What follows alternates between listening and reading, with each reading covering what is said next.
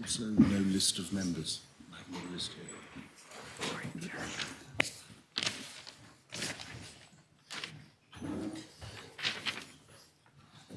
Faites l'appel, s'il vous plaît, Madame le greffier. Monsieur le connétable de Saint-Hélier. Madame le connétable de Saint-Laurent. Présente. Monsieur le connétable de Saint-Brelade. Présent. Monsieur le connétable de la Trinité. Monsieur le connétable de Saint-Pierre. Présent. Madame le connétable de Saint-Martin. Présente. Monsieur le connétable de Saint-Jean. Présent. Monsieur le connétable de Saint-Clément. Présent. Monsieur le connétable de Greville. Présent. Monsieur le connétable de Saint-Ouen. Présent. Monsieur le connétable de Sainte-Marie. Présent. Monsieur le connétable de Saint-Sauveur.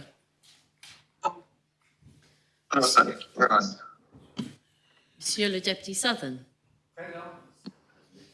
Monsieur le député Labbé. Madame. Oh, pardon, sorry. Madame le député Labbé. Présente. Sorry. Monsieur le député Tadier. Monsieur le député Luce. Madame le député Dublé. Monsieur le député Morel. Madame le député Lehegra. Monsieur le député Ayer. Monsieur le député Ward. Présent. Madame le député Alves. Présente. Madame le député Gardner. Monsieur le député Gorse. Présent. Monsieur le député Farnham. Madame le député Moore. Monsieur le député Mezek. Présent. Monsieur le député Ozef. Présent. Monsieur le député Balash. Présent. Monsieur le député Coles. Présent. Madame le député Poré. Monsieur le député Wall. Présent. Madame le député Miles. Présente. Madame le député Scott. Présente. Monsieur le député Renouf. Madame le député Curtis. Madame le député Feltham. Présente. Madame le député Binet. Madame le député... Present. Sorry. Madame le député Jeune. Présente. Madame le député Miller. Présente. Madame le député Howell. Présente. Monsieur le député Binet. Présent. Monsieur le député Ferry. Présent. Madame le député Kovacs. Présente. Monsieur le député Curtis. Présent. Madame le député Ward. Présente. Madame le député Wilson. Présente. Madame le député Stevenson. Présente. Monsieur le député Andrews. Madame le greffier. Notre aide soit au nom de Dieu qui a fait le ciel et la terre. Amen. Seigneur Dieu, Père éternel et tout-puissant, qui a établi le gouvernement et la puissance de la terre, pour le règlement et pour la conduite du peuple, et qui nous a commandé d'avoir toujours pour but la gloire de ton Saint-Nom. Nous te prions qu'il te plaise de donner à cette assemblée le don de conseil et de prudence, d'unir le cœur et les affections de tous ceux qui la composent, et de les conduire tellement toi-même par ton Saint-Esprit, que toute leur délibération étant accompagnée de ta bénédiction, réussisse au bien et au soulagement du peuple qui de plus te commettra le soin. Quand nous t'en prions au nom et par le mérite de ton Fils bien-aimé Jésus-Christ, notre Seigneur, qui nous a enseigné de t'invoquer en disant: Notre Père, qui es aux cieux, ton nom soit sanctifié, ton règne vienne, ta volonté soit faite dans la terre comme au ciel. Donne-nous aujourd'hui notre pain quotidien, et nous pardonne nos offenses, comme nous pardonnons à ceux qui nous ont offensés. Et ne nous induis pas en tentation, mais délivre-nous du mal. Car toi, le règne, la puissance et la gloire, au siècle des siècles. Amen.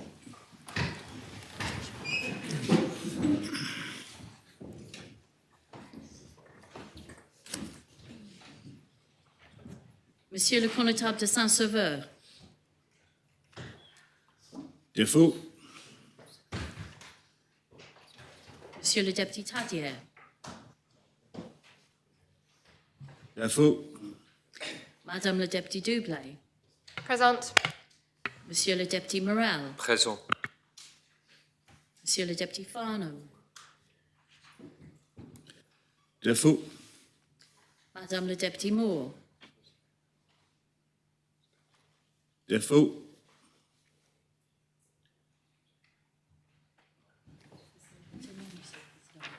Les États sont constitués. I'm sure that members will join me in welcoming His Excellency to the Chamber this morning. Your Excellency. Mr. Bailiff, thank you very much indeed. I speak exceptionally due to the exceptional and tragic week. Mr. Bailiff, a message, personal message from Buckingham Palace. From Buckingham Palace. My wife and I have been so dreadfully shocked and saddened by the terrible tragedies in St Helier and at sea off St Juan's Bay. At this time of great sorrow and grief, my deepest possible sympathy and condolences go to the families and friends who have lost their loved ones and to all islanders who have been affected by these heartbreaking events. Your immeasurable sense of loss and anguish is very keenly felt, and in the days ahead, the people of the Bailiwick of Jersey will remain in my thoughts and prayers. Charles R. Very well. We now resume the debate on amendment number 21, and next listed to speak is Deputy Feltham. Thank you, sir. It's probably good. It's good that I've had the chance to sleep and reflect prior to speaking on this particular amendment, because last night my speech may have been quite different given some of the comments made by the Infrastructure Minister. However, I'm going to stick with facts, not personal accusations. I would like to remind members that the constituencies surrounding the site that we are discussing, St Helier South and St Helier Central, have 10 representatives. Sorry, I'm just doing my maths, checking that. No, there's 10 including the Constable, Deputy Coles. 5 for St Helier Central, that all stood on a shared manifesto. Another 3 in St Helier South that stood on that shared manifesto.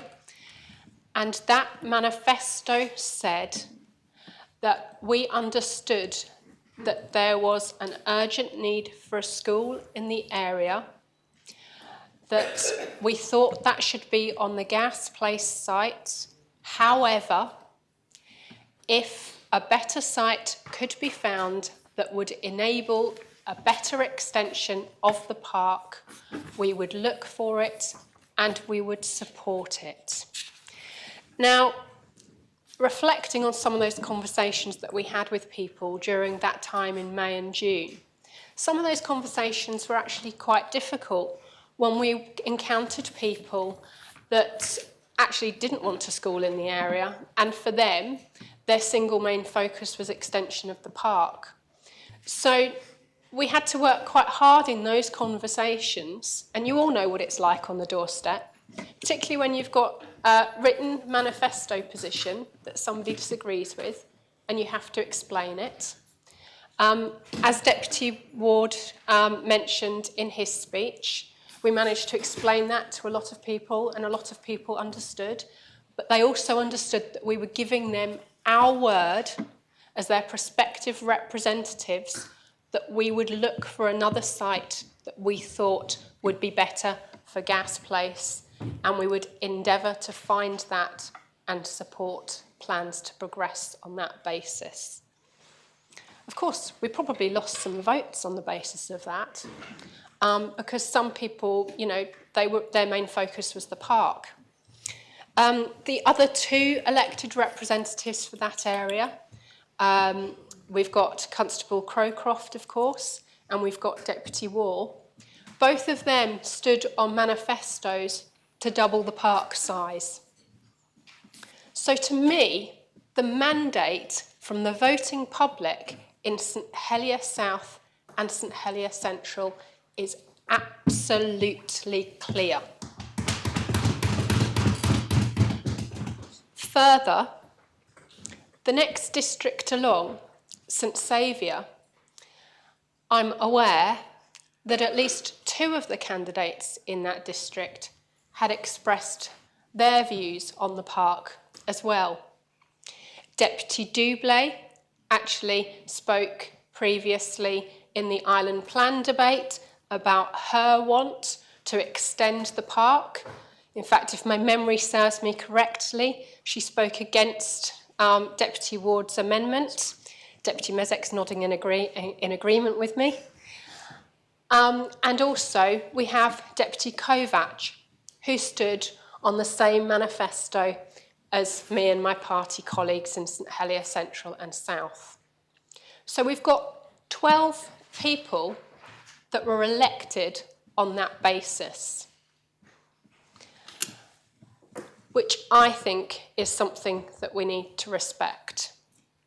In fact, as I was coming out this morning, somebody was talking on the radio about if we're going to, and I don't know who it was, so I apologise for the speaker, but what they were saying is if we were to grow public's confidence in voting, they need to see us acting on what we say and acting on our manifestos.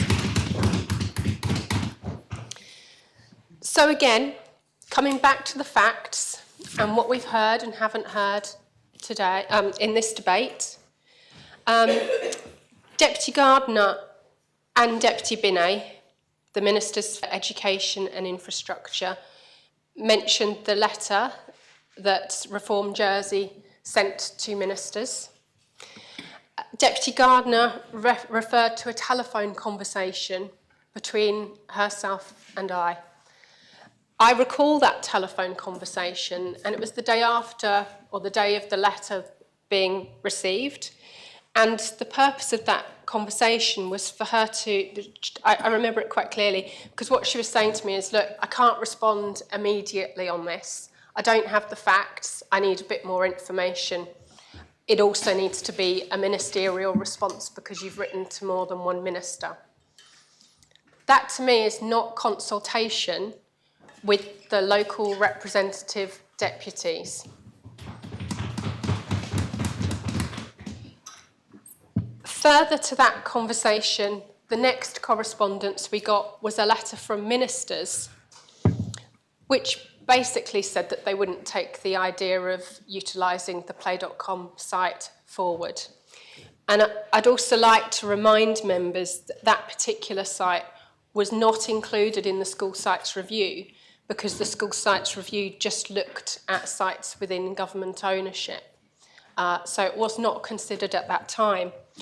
So as far as we as a party were concerned, the government were not progressing a thorough review and look at the play.com site. So we came together as a party that stood on a manifesto which had a very, very clear policy on the sites in question, and all 10 of us stood on that manifesto. And we said, okay, well, how do we progress this forward? So this amendment, brought by Deputy Coles on behalf of the party, is what we'd agreed to do. I found it very interesting to hear the Minister for Infrastructure and the Minister for Education telling us, on one hand, that accepting this amendment would cause delay, but on the other hand, telling the Assembly that they do not need to worry about this because they've already looked into it, they've already done the work. Well, if they've already done the work, if they've already done the due diligence on the site, there is no need to take the 100 days to bring their findings back to the Assembly. they can bring them back to us tomorrow. Further, on the point of delay, I think it's important to remind the Assembly where we are stage-wise with this particular project.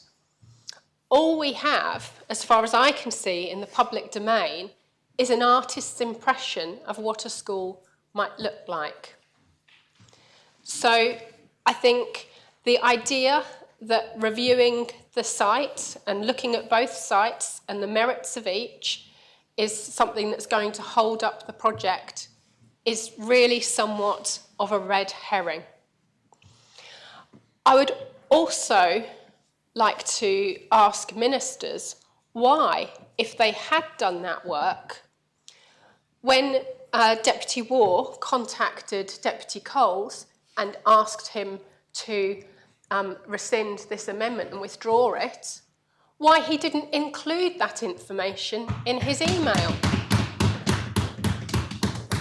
Why that information has not been circulated to States members ahead of this debate. Because quite frankly, this has been a long week.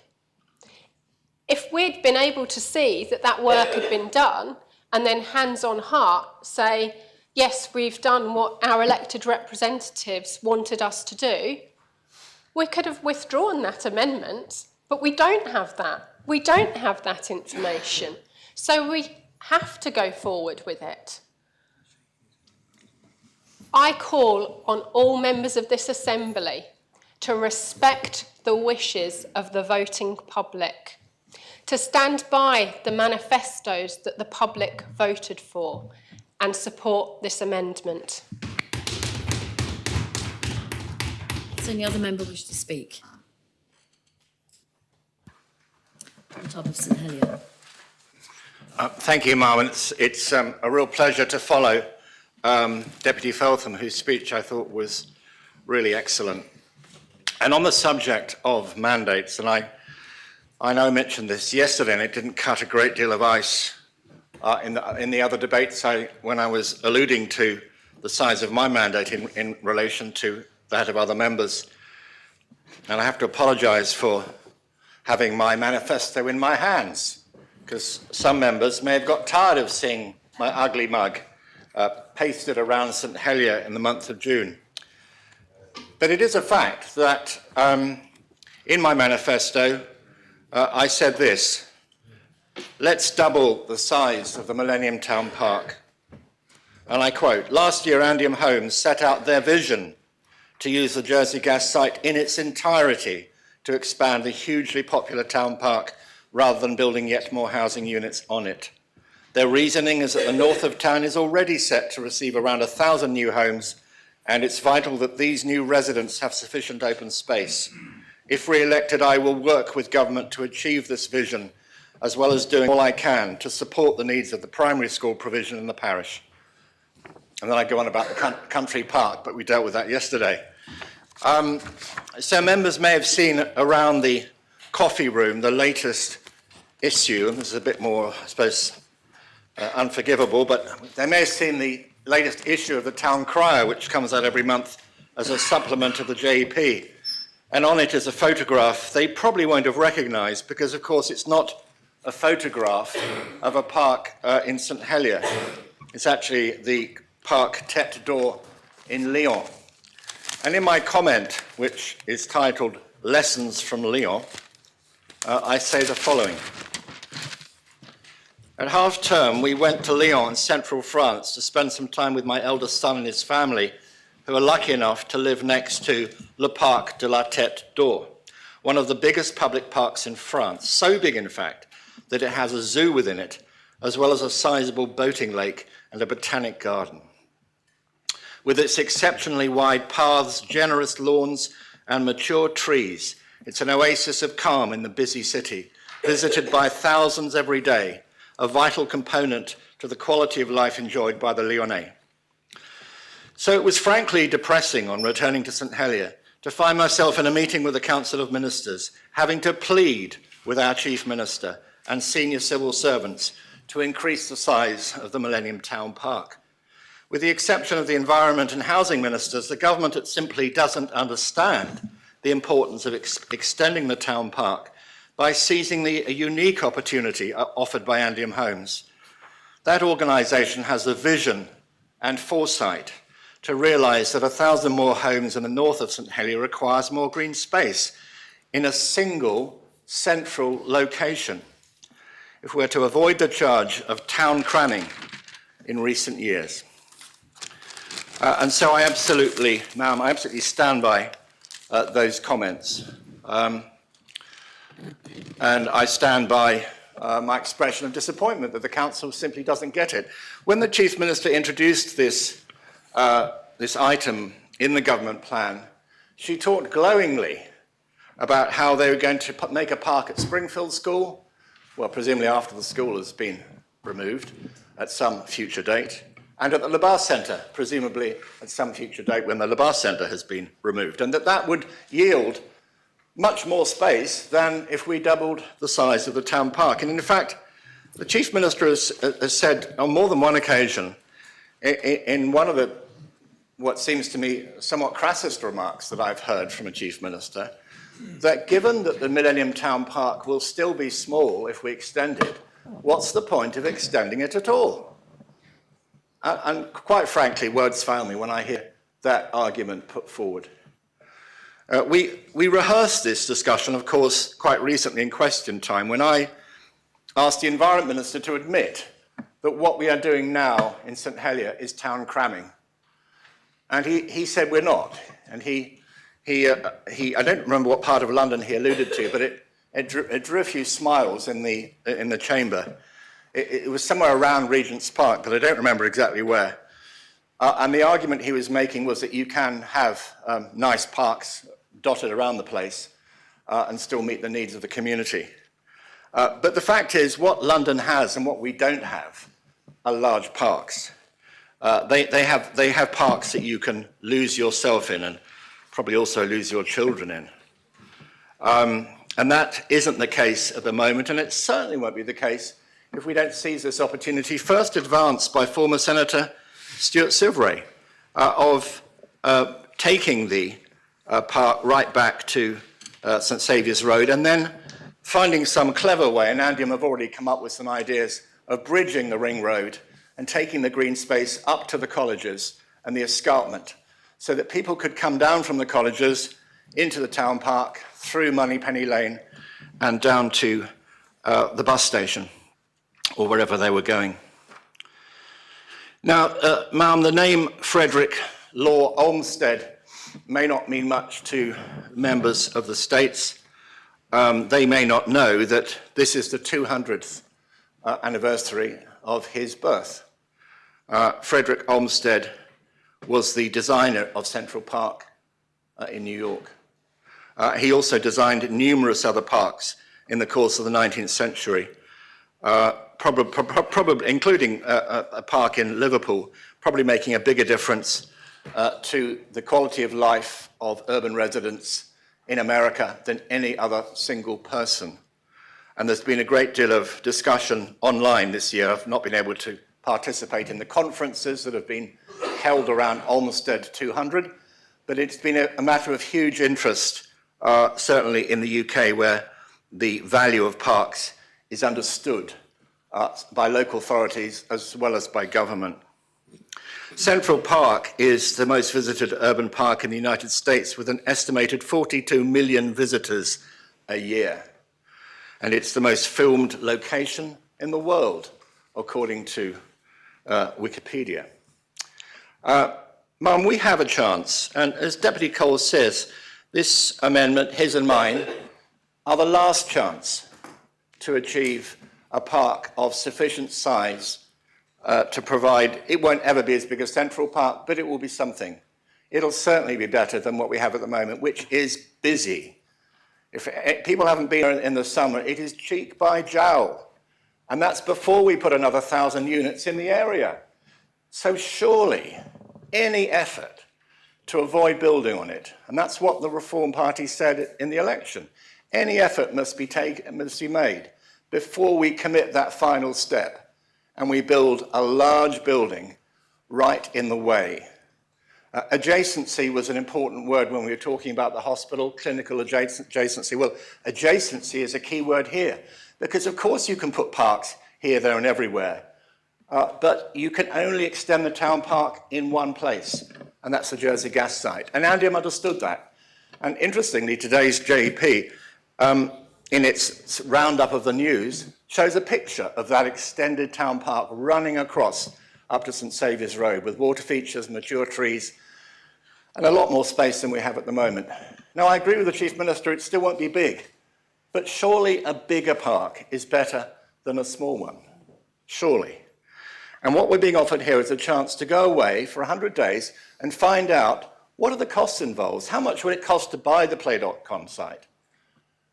What kind of school could we build there? Wouldn't it be better for the children of that school to turn out of school of an afternoon and run across into a large park? Wouldn't that be better than what's being talked about at the moment? So I do urge members, this is not saying let's buy it, it's saying let's look at the costs involved. Let's see if we can achieve it. Because I'm afraid if we don't, future generations will look at this assembly and say they lack the foresight and the vision and the courage and the respect for manifesto commitments made by the members representing this area, and they will find us wanting. So I urge members to accept the proposition. Thank you, Mum. Sorry, Mum. Sorry, could I just raise the defo on Deputy Moore, please? Members content to raise the defo on Deputy Moore? Ma'am, I raised the defo on Deputy Tadia, please. Deputy Tadia is not, the defo is raised on Deputy Tadia also. I'm advised that online the Constable of St Saviour has joined us. He's also marked defo. Does somebody raise the defo on the Constable of St Saviour? Members are content, then the defo is raised on the Constable of St Saviour. Does any other member wish to speak? Deputy Morale. Thank you, Mum. And I'd love to say that no one comes into politics to be popular, but obviously you have to get re-elected every 4 years, so there has to be an element of popularity involved. But sometimes it is difficult to know what to do. I remember quite clearly having discussions during the Island Plan debate back in March, because I used to have the great pleasure of sitting next to Deputy Ward. It's a shame that new seating arrangements don't allow that. But I used to sit next to Deputy Ward, and he kept discussing the amendment that he brought to the Island Plan, saying, let's put a school at the end of Gas Place. And we talked about it a lot, and I thought, no, that looks absolutely fine. And he brought the amendment succeeded, and it became a part of the Island Plan. The government comes in, it knows it needs schools in town. There is an Island Plan brought by a member of Reform Jersey, an amendment to it, which says, let's put a school here at the end of Gas Place and extend the park. It's two things, it's not one, it's not just a school, it's a school and an extension of the park. And the government gets on, goes down that road, and what happens? We're then told by Reform Jersey that we're doing the wrong thing, even though it's an amendment that they brought to the Assembly in the Island Plan. And you sit there as a government and say, what can we do? So, in my mind, I don't understand this amendment. I'm sorry, I really don't. The government is committed entirely to building a school at the end of Gas Place, including an extension of the existing park.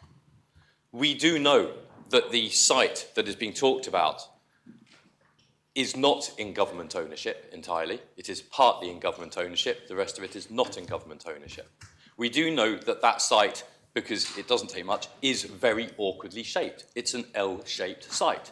That is not conducive to building a wonderful school on it.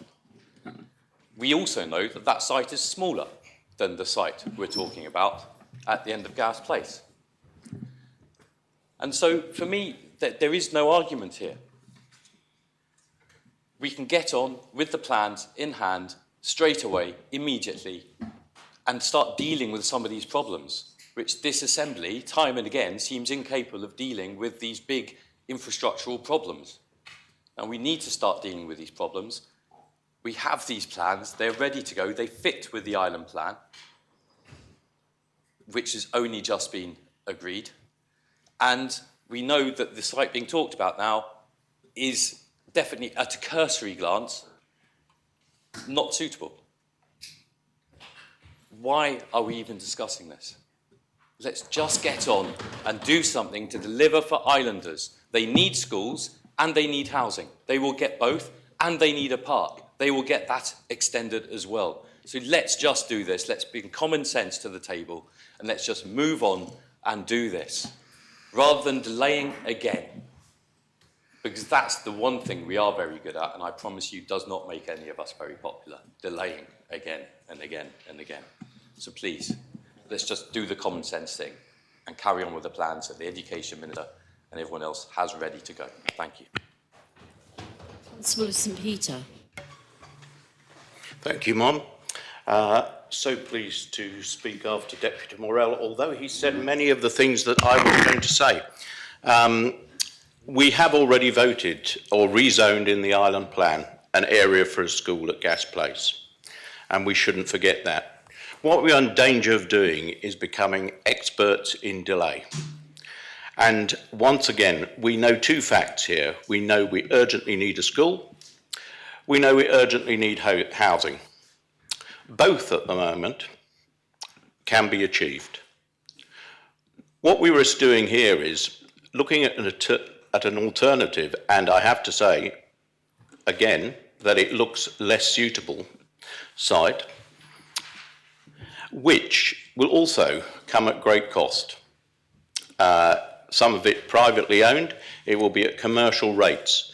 So what we will get is a school which will come to us with greater cost and therefore less value.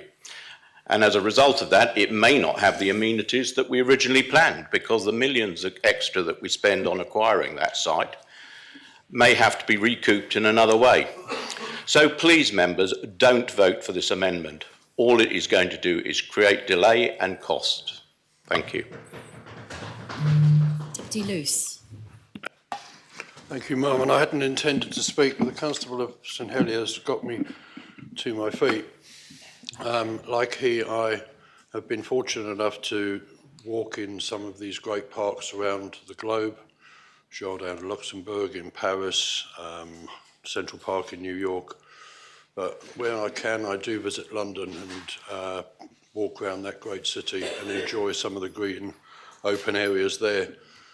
But I was fortunate enough to have one of my children go to Cambridge University, and I spent some time there as well.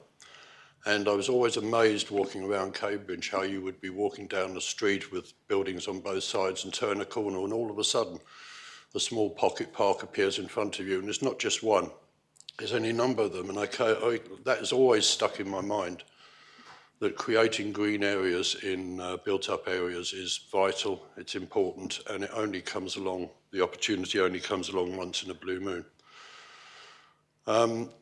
I have obviously, in my time in government, spent some time looking at housing, planning, and how we do things in St Helier, and I was particularly wedded to the idea of green corridors, pedestrian corridors, and amenity space in town that is desperately needed. And so the idea of a bridge link, some sort of a link between the colleges, Le Bar Centre, across the Ring Road into St Helier, and that walk down Millennium Park, deliberately designed now to go across Bar Street and into top of Halkett Place, is always a wonderful idea. But I find myself in that particular area of Ann Street now, looking around, and the Mayfair Hotel very quickly has disappeared. I know that the Ann Street Brewery site's about to be redeveloped at some point, hopefully very soon. We see Ann Court coming out of the ground, nearing completion. And we know that there will be continuing housing, new housing being built, which will increase the density, even if it doesn't exceed those standards that the Minister seeks to come to the Assembly with very soon. But I do find myself saying, we desperately need a school. We know that. We know that we can't continue to build housing in St Helier without providing the facilities and the infrastructure that goes with it. And that means green, open amenity space, as well as schools, as well as community facilities for those people who will live there. So I find myself on this horn to the dilemma situation where do I go here? But I'm thinking to myself, if we're seriously considering putting a school on the play.com site, maybe we should be seriously considering turning the play.com site into a park and putting the school on the end of the gasworks, the old gasworks site. There's a number of options and a number of building blocks that could be moved around to accommodate more green and open space for the residents of St Helier. And as much as I know we desperately need this education facility building yesterday, I do wonder whether another 100 days to really look again at this opportunity that seems to have come before us unexpectedly mightn't be a bad idea.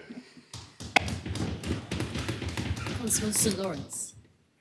Thank you, Mum. I wasn't, similar to Deputy Luce, I wasn't going to speak, but I was prompted to, following what Deputy Morel said.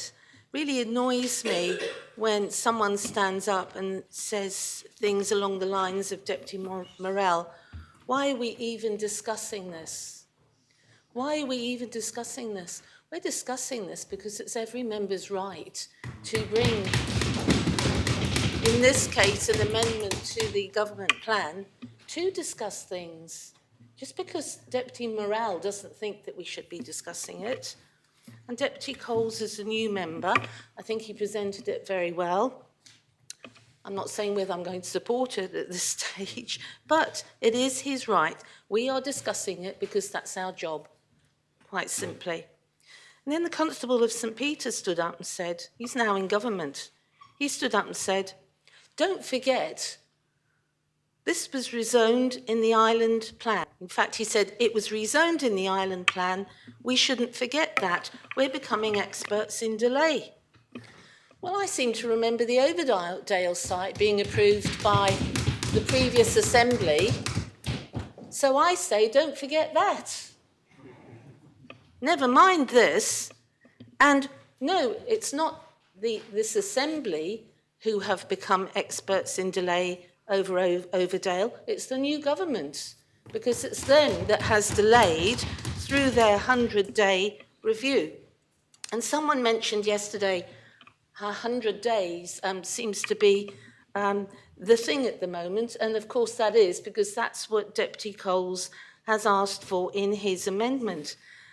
But I think we're moving away, we're forgetting what the amendment is. We're not deciding today whether we build a school on the play.com site or on the new Millennium Park. It may be a delay, but Deputy Coles has asked for a rapid review of both options, and I think that's clearly what Deputy Faltham was speaking about earlier. If the review has already been undertaken by government, as we heard from Deputy Gardner, I believe, then that should have been put to us in the comments on this. So we are considering now a rapid review of both options to be brought to the Assembly within 100 days. That's now I think it's the line in the sand that has been drawn by the government. 100 days, and I think we'll be seeing more of that in the future. As it happens, having heard the Constable of St Helier, I did have reservations about the fact that the site is not completely government owned, but that would be addressed within any review that was undertaken. So my view today is that I will support this because I'm not supporting one site or the other for a new primary school in St Helier. I'm supporting a review. So I will be supporting Deputy Coles. Thank you, Mum. Councillor Bruville. Thank you, Mum. I can hear my dear late mother whispering in my ear at this moment. She used to whisper a lot of things, one of which was, make sure you wear a vest. But the other was the fact that she used to live in Gas Place during the Second World War, during the occupation. And she used to tell me some horror stories about the activities on that site and the what I believe to be a lot of contamination. And I'm just taking this from a slightly different angle. If we're intending to plant some trees in an arboretum, Deputy Coles, some of them have very deep roots, especially oak trees, Quercus robur. And if they're going into a contaminated site, I worry for their future. I would urge anybody who's either planning a town park or the foundations of a school that they make absolutely sure they've got the facts about that site and its contamination from the past. And I am wearing a vest, Mum. Thank you. Thank you, Conatab. It's good to know. Conatab of Trinity. Thank you, ma'am. I think that today we've got the opportunity to avoid deciding in haste and regretting at our leisure. The loss of this one opportunity to extend the Millennium Park has to be given the most serious consideration for the people of St Helier. I hear the message that the play.com is an L-shaped site, but surely that on its own cannot be a block to actually building an appropriate school and perhaps delivering Deputy Ward's youth centre as well for this area. We do need homes, we do need a school, and the people of St Helier need a decent park. Let's take the time, as this proposition suggests, to make the right decision for the people of St Helier. We've heard that there's a plan ready to go, but like others, all I've seen is a very basic artist's impression of a school. We very quickly shelved Kensington Place when that was ready to go. Actually, a shovel in the ground already housing site.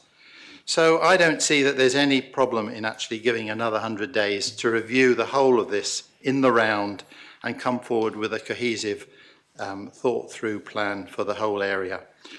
I'd just finally mention that in the Gas Place site, despite the fact there may be some contamination with whatever happens, will have to be dealt with properly. We've also got the town brook that runs under that site and proved problematic for other proposals that have been brought forward recently to develop this site. And we suspect that there may be some archaeology under that site, which is yet to be investigated. So I think by actually establishing it as a park, it doesn't lose it for future generations. So I will leave it there, but I will certainly be supporting this amendment, sorry. Ma'am, please may I lift the defo and Deputy Farnham? Members content to raise the defo on Deputy Farnham. The defo is raised. Conatab of St Brelard. Thank you, Ma'am. And I rise really just to remind members of what's gone on in the past, having had the experience of building the existing Millennium Town Park. The run-up to that was quite contentious, and Deputy Southern isn't here at the moment, but it took 10 years to get to the stage, and a ring binder vote by the former Senator McLean to vote the £10 million to build that. It didn't go smoothly, ma'am, and what I don't want to see being replicated is a 10-year delay in implementing, whether it be a school or an extension to the park. And referring to contamination of the ground beneath the existing structures, I think we can be fairly certain that is the case, and certainly that was the case with the Millennium Town Park, and there was an awful lot of remediation work to be done, and I suspect most of the drawings appertaining to that development will be on file for those implementing whichever route we choose to go down to take advantage of. So all I would say to members, without inclining either way, let's not delay it for too long. Thank you, ma'am. Deputy Jeune. Thank you, ma'am. I wasn't also intending to speak, but I would like to let the Assembly know that I will be supporting this amendment, mainly because I think it's really important that we listen to the deputies of the district. I don't think it's right for me, as someone who lives in a rural parish, to be not listening to the deputies who are representing those people who live in and around the Millennium Park. I also have lived for many years, and having kids grown up in two cities, both Amsterdam and Brussels, And I know the difference between pocket parks and big parks. And to be honest, the big parks win every time. The lungs of a city are really important. Pocket parks usually end up being where dog walkers go and other things, and it's not actually very inviting for those with young families. So for me, the big parks is always more enticing. And so for me, that's why I'm going to be supporting this amendment. Deputy. Any other member wish to speak? Deputy Farnham. Thank you, ma'am. I think I find it quite interesting when it suits the government, they want to follow the island plan, and when it doesn't suit them, they don't want to follow the island plan. It's a similar thing with states' decisions that may or may not have been made. And of course, this is not the first proposition where a sensible comparison is being asked for. Having said that, I think it's clear that I'm going to support the amendment of Deputy Coles today, not least because this is a last opportunity to create, in the context of St Helier, a large park, which is sorely needed, and of course where, as the Councillor of St Helier mentioned earlier, there is a vision for a significant further increase to the park leading up to the colleges. I think that's something that's very exciting and something we shouldn't throw away because the government is suddenly hell-bent on following the island plan. Thank you. Thank you, Deputy. Deputy Moore. Thank you, Ma'am. It's true that 100 days can achieve a lot, but also 100 days can have a dragging effect. And, Ma'am, I'm afraid that members need to really think about this very carefully. There is already construction workers on the site at the warehouse site.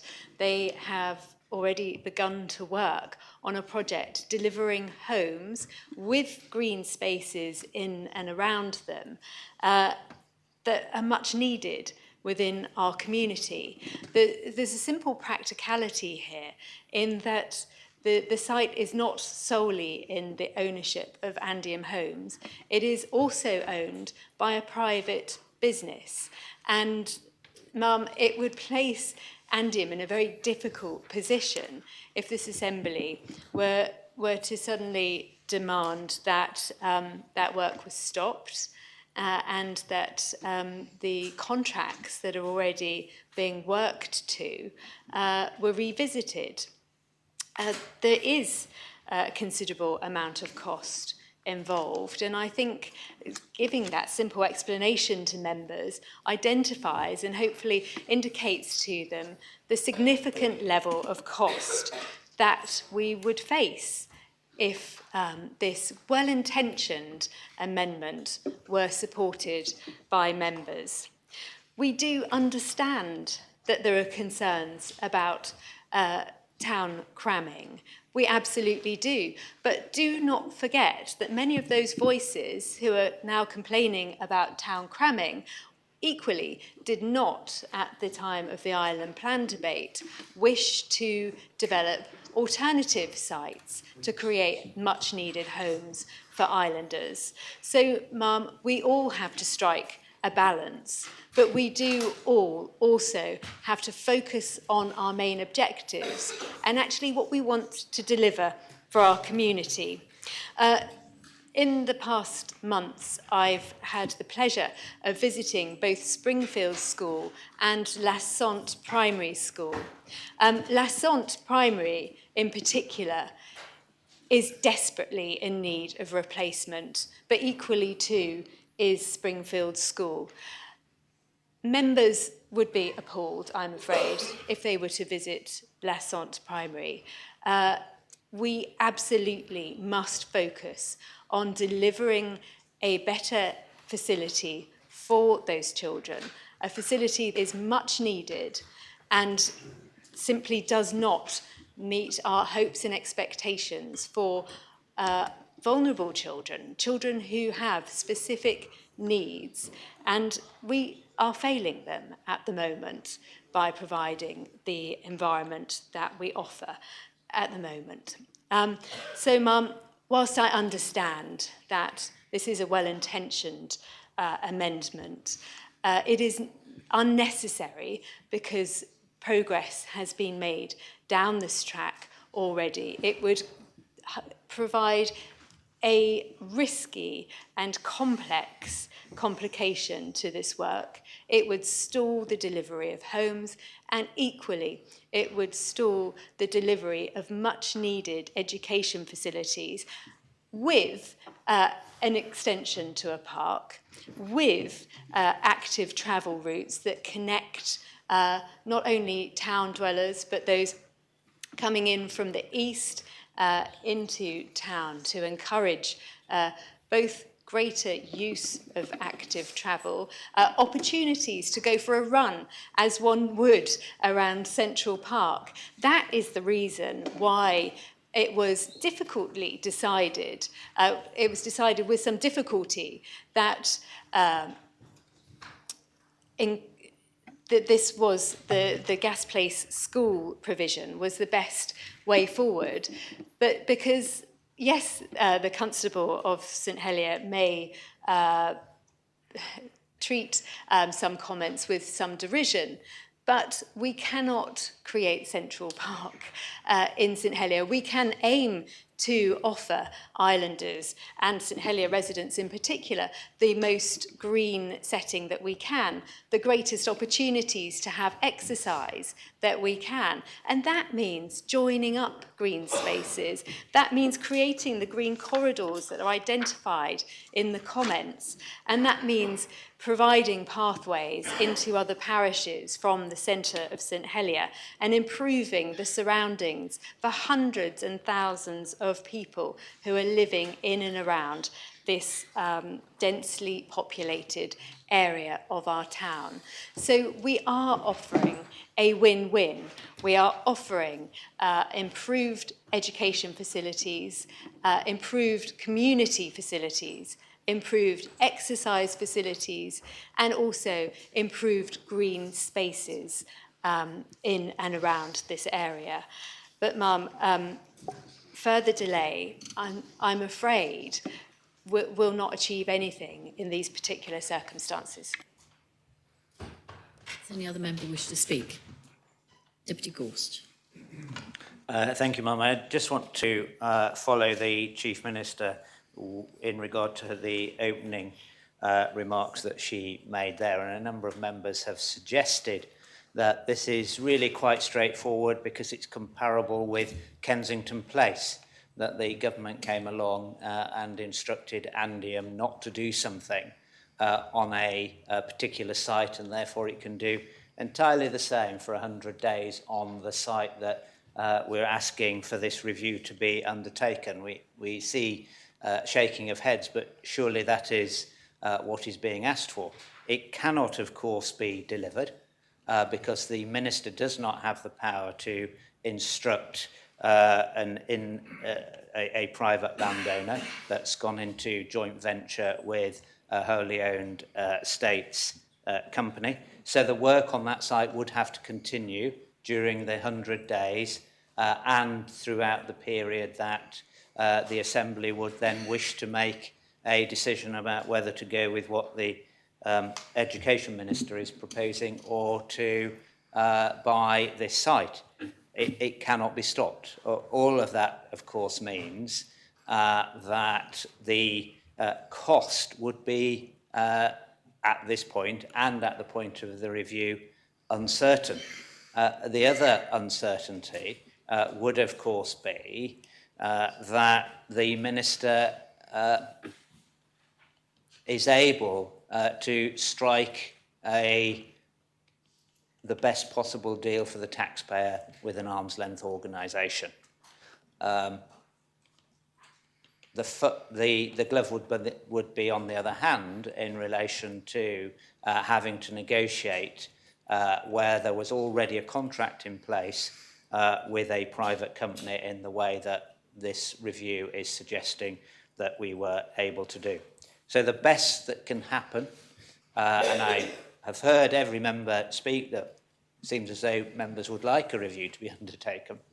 The best that can be happen, and let's be clear on this before we vote, is that that site will continue to be developed, so value will be continued to be gained on that site, which the taxpayer would, if members wish to go ahead, would have to fund. We can't stop that. There's no mechanism to do it. So the best that can be had is that there is a further review. I feel satisfied with the review that the Infrastructure Department and the Education Department has already done, looking at all available sites in that area. Because I, like many members in this Assembly, came wanting to extend the town park. Perfectly, on the surface of it, sensible and the right thing to do.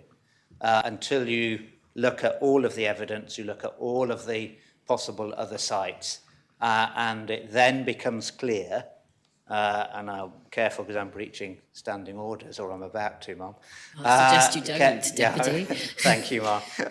I thought you might say that. And all I can then do is, in the words of the Leader of Reform, support the Education Minister and the Infrastructure Minister. It's been a long day yesterday, Mum. Support them in what they're proposing, and what they're proposing is a brilliant school on a fantastic site. And that's why I can't support this amendment to do the review for 100 days, because it will not satisfy the information or the requirements that members think it will. But we are where we are, as we say, Ma'am. Thank you. Deputy Kovac. Thank you, ma'am. Like everyone else, probably didn't expect it to be speaking, but are triggered by different remarks. And what Deputy Gore says here is he has a review which hasn't been presented. So what Reform is asking is to consider the fact. The details are in the word or. Consider the both options to have the both outcome of everything. So if that the Infrastructure Department has part of that review which has significant information that could consider us, make us consider maybe it's not the best site, why is not in the best interest to put that publicly to us to have that information all the Assembly? And if that most of that review is done there, why should be a further delay in that? So in my opinion, what we're voting today is literally to have the full information on both sides, to have an informed decision that it's either not the best site to have it there as well, or we can also have the best of the both options. So I think it's very clear on that. Thank you. Deputy Renouf. Deputy Renouf. Very briefly. The reason why I believe this amendment is not necessary is that the facts are all in plain sight. I too was interested in the play.com site, but ministers have explained the reasons why it is not viable. It is not in our complete ownership. It would cost tens of millions of pounds to buy it. The site is smaller than the Gas Place site and less suitable for a school, and work is already underway on the housing development. I'm not sure what else is left there to review. It's not complicated. There are no more significant facts available. Presumably Reform Jersey and the Constable would like us to find 10,000 words to spell out these simple facts. You don't need a review when the facts are in plain sight. Does any other member wish to speak? Deputy Lehegra. Thank you, Ma'am. It might be in plain sight to others, but it's certainly not in plain sight to me. What I was actually going to vote against this proposition, because actually I voted in the last Assembly to put the school on the Gas Place site. However, this morning and yesterday, we have been told that a review has been done. I want to see that review, because if I don't see it, then why should I vote for something that I don't know what's in the review? So everybody's telling us there's been a review, it's not suitable. I fully understand what the Treasury Minister is saying about costs, etc., etc. And let's be fair, this happens all the time. But what I want to see is the review. So I want somebody to tell me this site is suitable for this suitable, this site is not suitable. So give me the review and I'll make my decision. No review, I'll vote with Deputy Coles. Any Any other member wish to speak? Deputy Alex Curtis. Thank you, Ma'am. And I didn't think we'd be going till 10 a.m. on this one. I thought I'd briefly speak because Deputy Coles did name drop me during his opening, and I thought it'd be rude not to respond. He referenced the quality of the housing going on the play.com site. And he is quite right that it is right up against the minimum standards set out in supplementary planning guidance. I do take a keen eye to this because I care about the health and well-being of islanders. And I think there is a real important message about what Andium is building and continue to build and continue to bring through planning. That said, given I was considering whether I support this when we discussed it on the planning bus, I then spoke to Deputy Moore and I asked, are we, or are Andium, signed on the site? Yes, it has gone through court. Are they signed with the contractors? Yes. Does that sound like a good thing? No, not really. Should they have done that without better consultation with the minister? Certainly not. Does that sound like a somewhat failing or fractured relationship? Yes. Can it be mended? Most likely and most needed. I went on a website that has the prices of land transactions through the Royal Court to look at how much the site has moved through. Looking at the purchase price of this site that has moved and the total value, let alone the interruptions and the development costs, bring to me the fact that this is a done deal on a review. I know the costs involved. They are public on the value of the site. I think there is a lot of lessons that we and Andium need to take away, but I will not be supporting the amendment. Deputy. Can I remind members that peripheral noises picked up and can be somewhat disruptive to the proceedings, and if members must, I understand that members do converse whilst others are speaking, but if they could do so at a low whisper rather than a mutter, as we have had a little bit of background noise this morning, just out of respect for each other. Does any other member wish to speak? Deputy Scott. Yes, thank you, Ma'am. I have been listening to this debate and I have been thinking about the issues involved, which I believe, one is to do with a manifesto commitment, and I do understand why a number of members would want to actually at least try and take those forward. I also do understand the desire, and I very much support the need to have much larger green spaces in town. I think the constable's right. Leon has got a beautiful park. I don't think, as also has been pointed out, that the extension of Millennium Park is actually really going to be anything like that open space that they have there. I did think, and I have actually had dealings with the infrastructure department and the way in which they have considered options, and it's important to consider options, including the possibility of creating more unified green spaces in town and looking at some other sites that would create what I would hope would be larger spaces than Millennium Park. And I do believe that the cost of perhaps doing that rather than acquiring the Playcom site will actually be more economical. So for that reason, I won't be supporting this proposition. Any other member wish to speak? If no other members wish to speak, then I close the debate and I call upon Deputy Coles to reply. Thank you, Mum. And echo to a lot of other people, I don't think this debate would be carrying on until 10 o'clock this morning. So I'll try to be brief, although I will put a few things, because a lot of things have already been said. But unfortunately, I am actually going to repeat a couple of bits if I'm just planning out while I get the speech originally. So I started yesterday by saying that whatever the outcome of the vote of this amendment is a win for St Helier. We gain a new school, a much needed school. We gain additional open and green spaces for people to enjoy. But I also reminded the fact that Deputy Rob Ward brought this amendment to the island plan for this to become educational site to prevent it from becoming flats.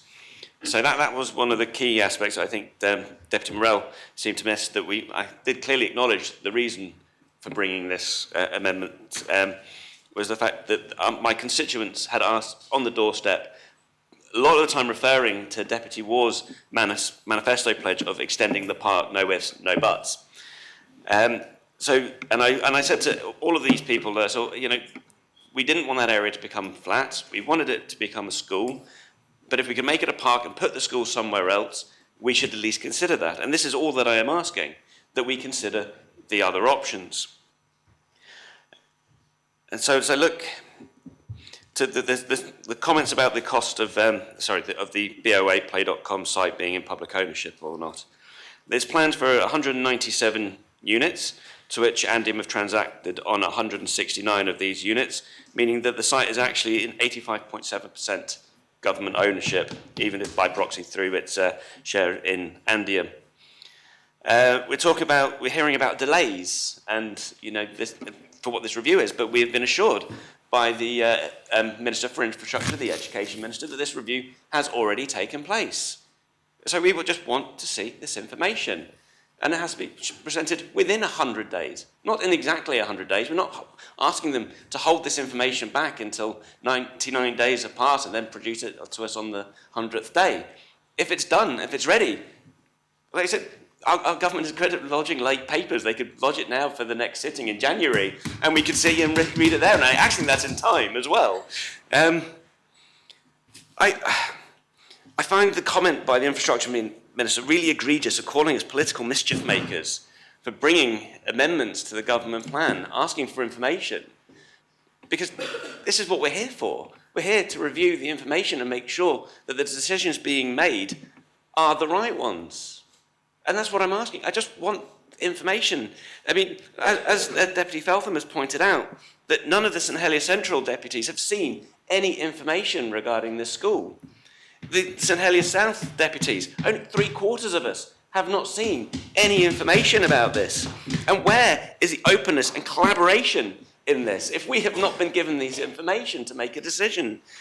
And when Deputy War sent me his email to explaining the reason, he could have attached all the review data to that email. I could have shared it amongst our colleagues and gone, actually, do you know what? The Minister's right. He has shown me the information, he has shown me the better way, and we can move forward and get this done. But that hasn't been shared. It could have been shared to the information that Deputy Feltham asked in her letter. But again, if this review has been carried out, where is the information? So all I'm asking is please share us this information. We can then decide as an assembly whether the review is balanced, whether we have got the right information. They're saying that X is better than Y. Either way, yes, we're getting a school in the area. Thank you. We need the school. I want that acknowledged. Yes, we're getting more green space. Wonderful. Thank you. We need the open and green space. We just need to make sure that it is the right green space, in the right place, with the best school, with the best safeguard. I mean, the Chief Minister mentions Le Senate, and unfortunately, I've known a former employee of Le Senate, and there are issues in all these things, and some things that's really strongly around safeguarding. And an open school attached to a park, there are risks in safeguarding. We need to make sure that safeguarding is considered in these reviews. What is the best site for this? And so I'm going to finish sounding like a maths teacher, because I remember all my maths teachers telling me time and time again, Mr. Coles, show your work. And I call for the appel. Ma'am. Very well, the appel has been called for. I ask members to return to their seats. And I ask the greffier to open the voting.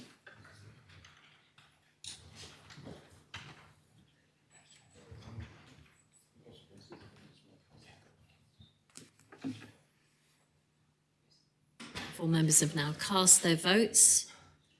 I ask the greffier to close the voting.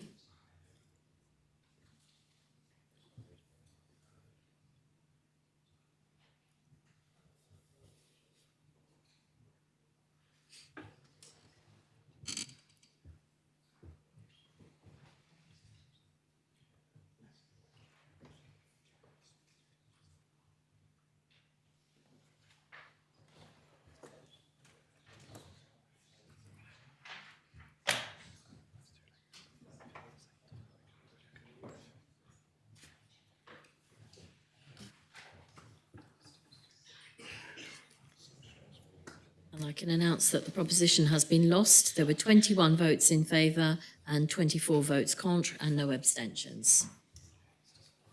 We have the 24, please, ma'am. Greffier. Those members voting contre, the Connétable of St Brelard, St Peter, St John and St Mary, Deputies Morell, Ayer, Gardner, Gorst, Moore, War, Scott, Renouf, Miller, Ferry, Alex Curtis, Stevenson and Andrews, and Deputies Ozif, Tom Binet, Miles, Rose Binet, Balash, and the Conotaba St. One. There is a second amendment to the amendment lodged by the Conotaba of St Helier, and I ask the greffier to read that amendment to the amendment. After the words, including to St Saviour schools, insert the words, development of the new primary schools and the new open spaces will be subject to ratification in a town master plan to be developed by the Council of Ministers and approved by the States Assembly. Thank you, Mum. This amendment, or in particular the comments by the Council of Ministers, seem to me to be another of the amendments by stealth, rescindments by stealth of Island Plan decisions that we are seeing quite a lot of these days. Members may recall that the Island Plan, the Bridging Island Plan, which is now in force, commits us to developing a town master plan. And yet, within 6 months, we're being told by the Council of Ministers that St Helier doesn't need a master plan. But, Mum, I'm not going to rehearse the speech that I made in the last debate, nor indeed do members wish probably to rehearse their own speeches. They will see this as a similar last-ditch attempt to that of Deputy Coles, which was so narrowly defeated just now, and which actually the narrowness of that defeat of St Helier's elected representatives gives me some hope. Because, Mum, I'm going to take a leaf out of the Council of Ministers book with their rescindments by stealth, and I'm going to bring a rescindment of this part of the government plan to the States, because I believe the future of the town park is too important to give up without a fully objective, comprehensive look at the alternative options for the primary school. I don't believe it's been done. But, Mum, there's no point in having a long debate about whether we need a master plan. Clearly, the Council of Ministers, and they say Council of Manners, Freudian slip, does not believe that master planning is important. So let's not waste any more time. Let's put our minds together, those of us who care about St Helier's open space. Let's work on a rescindment of this decision and see if we can get it turned round. So I'd like to leave to withdraw the amendment, Mum. Thank you. Members content to, well, it's a matter for you, Conotaba, the amendment has been withdrawn. Thank you. So we return to the main amendment, unamended. Does any other member wish to speak?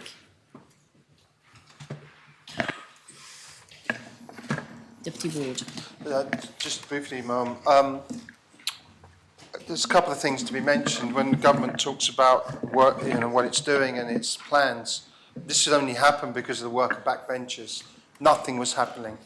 And we have this group, and I can't even remember the name of it, what's it called? The one that's looking at future places, that's it.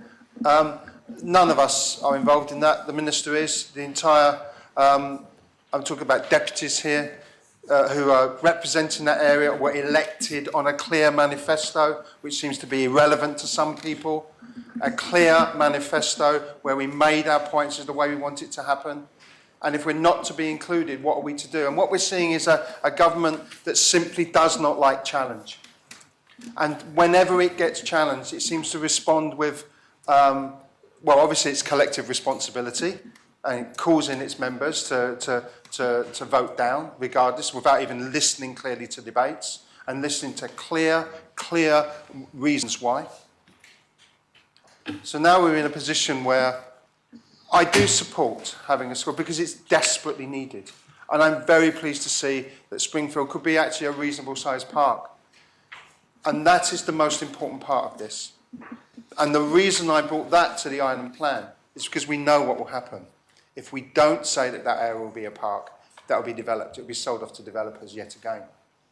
And the homes that we're talking about, we have to have some checks and balances, and I will be coming back to this assembly again and again and again with questions. And I know government don't like questions either. I know they don't like the questioning. And I know they have many people who don't ask questions. It's only Reform and a few others who are actually questioning government at the moment. I would urge other members, please get some questions in, because it is clear from this debate that we need to have more questions for this government and hold it more responsible so it has more clarity. And if it is holding back a report, that is a very, very wrong thing to do. And the residents of St Helier will want to know why it's holding back that report. Personally, Ma'am, I don't think it exists. But that's just a personal opinion. I'm sure I'm wrong, Ma'am. But it would be nice to see it. It would be nice to see where we are. So we make a step forward. But we will be holding you to account. And I urge you not to be threatened by Reform's interest. Not to be threatened by the deputies that were elected in that area. Work with us. We will be honest, but we will be absolutely, what's the best word I can use? Analytical in what we're looking. We will be objective and analytical. And if you haven't seen that in some of our members, I've mentioned Deputy Feltham, definitely, in fact I can mention all of the new members, analytical in the extreme. And I invite you, ministers, we meet every Monday between 2 and 4 o'clock, every single week to discuss where we are, what we're doing. We have that communication. It's an important thing for our organisation and our sharing of ideas. That's about organisation. Come and talk to us, because the majority of us are in that district, and others will be very interested to see what you're doing anyway. But we need to know what's going on. We're not a threat. We're here to work for the good of that constituency. And we believe genuinely that that's what we're going to do. So please, I was going to say, look at your attitude. That sounds absolutely like I've gone back to teaching again. I apologise for that. I didn't mean that, Mum. Look at the approach that you're going to take. Because we want to work with it. But we had to have this debate. And I'm very disappointed, obviously, that we are where we are. But let's see that we can develop the best resources. I know Springfield School, I go in there every single week. Sit in the corridors, the kids reading, and they haven't got the space that they need, and they are working miracles. So we need to get this done, but it needs to be the best place. And my concern is, and this is the final thing I will say on this, Mum, because I know we want to get on with this, but if there is an issue, please don't hide it. If at some point there is an issue with that site, and we have to come back and say, actually, you know what, play.com site or some other site might have been necessary or might be necessary, please don't hide it. When there's one of the real strengths of good governance is knowing when you've got something wrong. And that's okay. It's okay to be wrong. And just, I make that plea now. Let's move this forward, but let's move this forward in openness and genuine consensus if we're going to get anywhere. Thank you, Mum. Thomason, your light is still on, is up front. Right. Deputy Gardner. Thank you, sir. And I'm pleased to follow Deputy Ward, even he is leaving the Assembly now. But I wanted to address Deputy Ward for a couple. I'll do very shortly, because I would like to reassure Deputy Ward that our working together, as we had at the previous Assembly, hasn't changed for me being now in the government and the education minister. We worked a lot together to make sure that we have sites for primary schools in St Helier, and I'm sure that we'll have ups and downs with like any infrastructure project. You are coming to some challenges and difficulties as you're going forward, and as the only thing I can promise to Deputy Ward and to other members of the Assembly, from my perspective, I will be sharing how the progress will be done. I'll welcome to come and work with us together. The plans will be shared and the feedback will be welcomed as well. It's our Assembly decision to deliver the best school and the best neighbourhood feeling, because it's not just school, it's park, it's facilities, it's walking, it's cycling, it's running. So we have our debate, we had the vote, and let's move on this together, working together to delivering the best possible outcome for that area of St Helier. Thank you. Deputy Tadier. Thank you, sir. Although, sorry, ma'am, I've given all my money away already. Thank you, ma'am. So, ma'am, I might sit down because I don't think my bank account can take this at the moment. You don't get charged for each one. I think it's just an. Oh, that's good. I'll get them in whilst I can, ma'am. Even though I remember in the first debate, Deputy Cole said that it was going to be a win-win today either way. I think there's an important lesson that we should try and learn from what we've been through. And what I can't help noticing and feeling, and it's not just something that this government or this assembly, I think, is prone to doing, but I think there's a pattern and a history of treating St Helier differently, and I would say unfairly, to what we would do with other parishes and other communities. And it seems to me that we accept that in other communities and other parishes, we want to do things for those communities. But when it comes to St Helier, it's as if we can do things to St Helier in a kind of disjointed and alienated way, if you like, from the actor and those who are being acted upon. And I'm sure she'll see your light, Deputy Scott, in a moment. Thank you.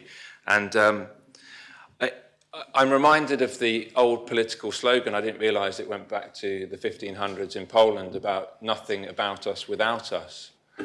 And again, I'm always reminded about how delicately ministers, in particular infrastructure ministers, environment planning ministers, and government in generally, how delicately they deal with any interactions with the country parishes. So if they want to do something, even on their own land and on their own roads in a country parish, they will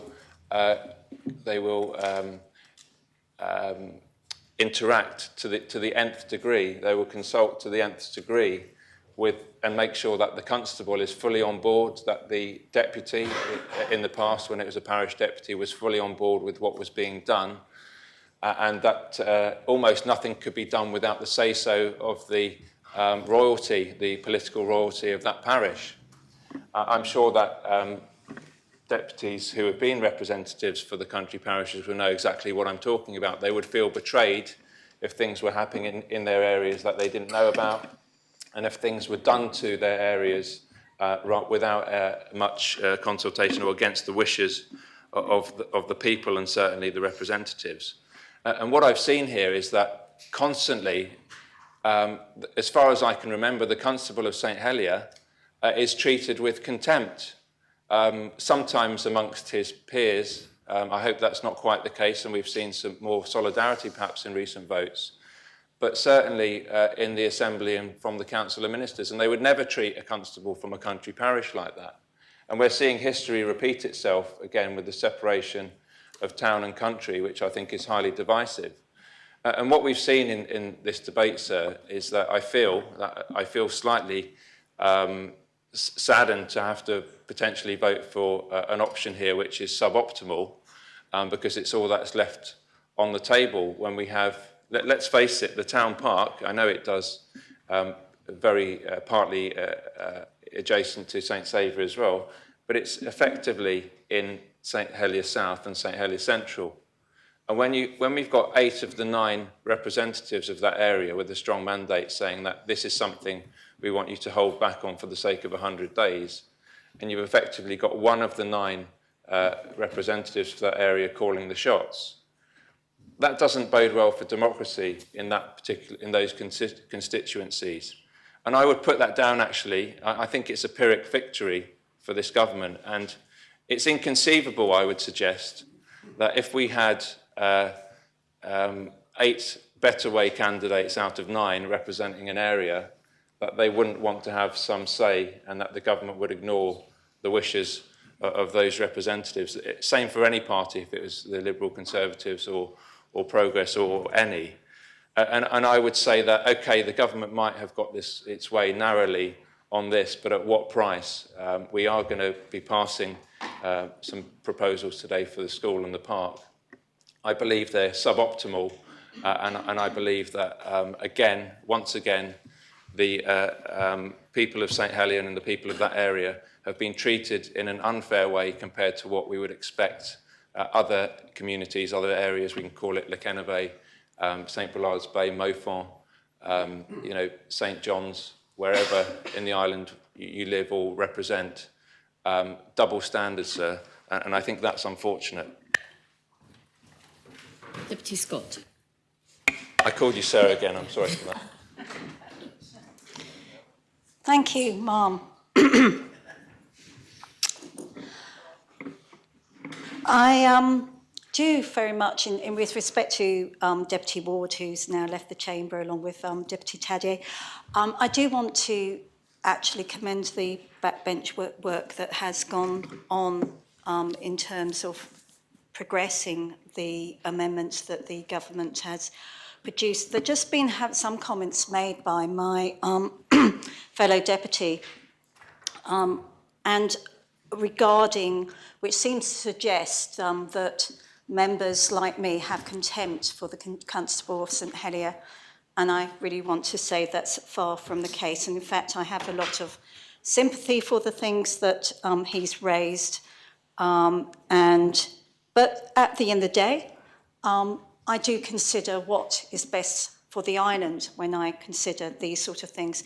And I don't actually happen to take it personally when perhaps the Constable has voted for things which I haven't thought in the past were supportive of St Brelard. I don't regard that as contempt.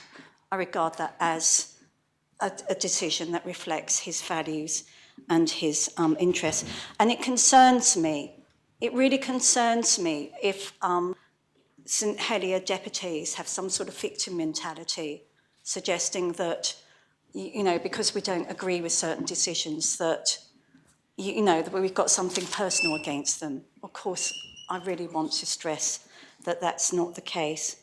And I do feel that some good points have been raised, also in terms of the problems we have in terms of transparency, the problems we have in terms of agreeing things before master plans have been produced, so that we have these grand ideas to have really good plans for areas such as St Helier, but we keep finding that we're kind of dealing with things piecemeal. It's happened in my area too, it's happening in Kennebec, it's happening in St Brelard's Bay, all of which supposedly have plans that have been approved for them, and yet they haven't been implemented, and this piecemeal development takes place, which I think tells us something a bit more about what the backbencher community needs to think about, which is perhaps we do need to address these bigger issues about how are you going to address this problem with transparency and consultation?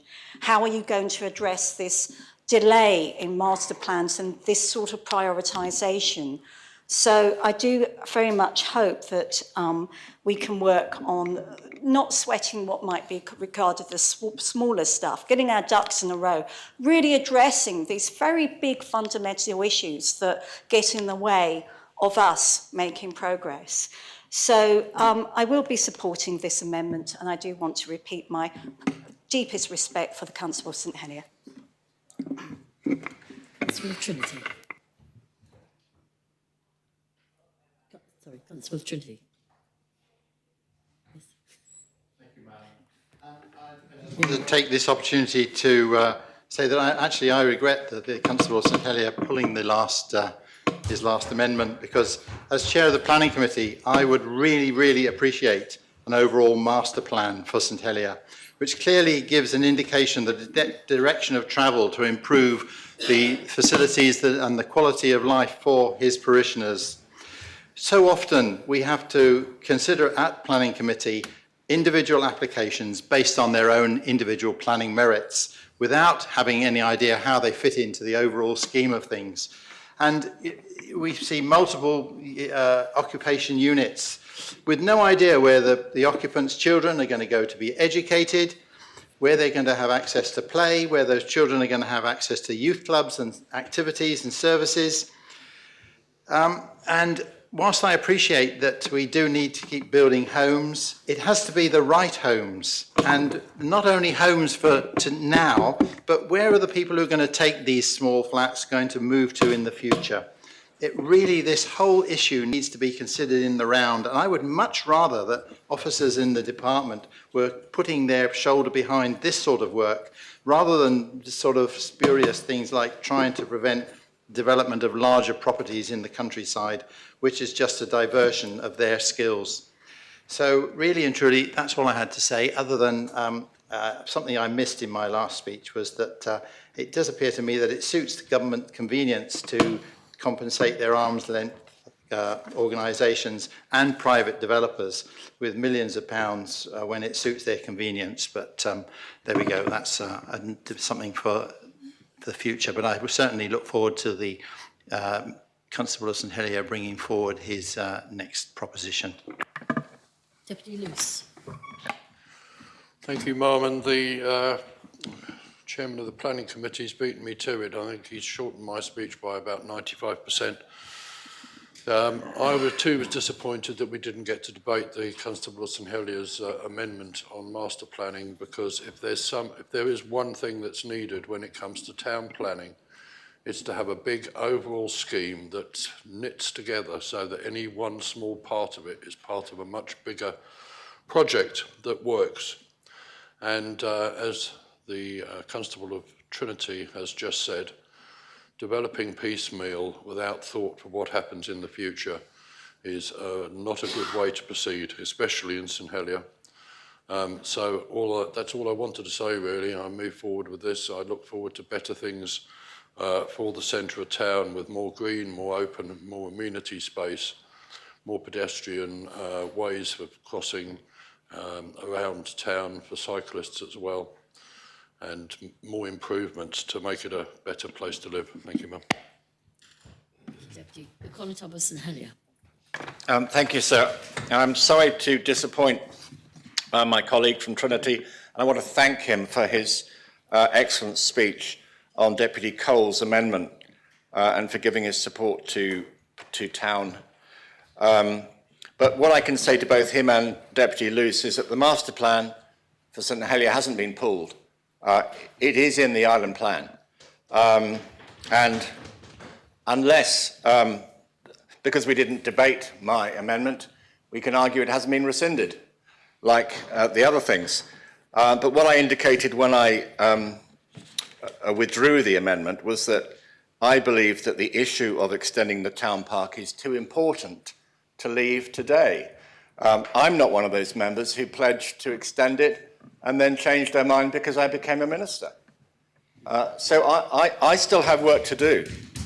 And as I've said, I'm going to talk to my colleagues who voted for Deputy Cole's amendment about how we can put a stop to the act in haste, repent at leisure, again words of the Constable of Trinity.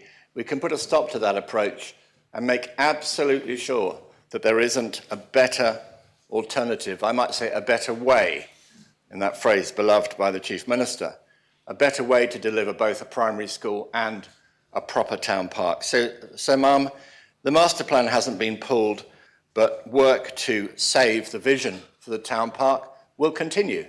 And I hope members will take that away from this debate. I won't be able to support the amendment, obviously, because there is no detail about how these extra pocket parks will be provided. Deputy Jean was absolutely right when she said in her speech in the previous amendment that pocket parks and big town parks aren't the same thing, and you need both. Excuse me if I sound greedy, but I think, yes, we will be arguing for a park on Springfield School if and when it is redeveloped, but that's a long way in the future. But we also need a larger park in the town centre for all the reasons that have been so well rehearsed today. So, Ma'am, I won't be able to support the amendment, but I will be bringing back a rescindment to make sure that we pursue the vision of a bigger town park. Thank you. Does any other member wish to speak? No other member wishes to speak. Oh, Deputy Binet, Tom Binet. Yeah. Ma'am, yeah, I just thought I'd take a brief moment to, on reflection yesterday evening, my comments were probably slightly inappropriate, for which I apologise, but it certainly doesn't change all the other things I said or the stance that I took. Thank you very much.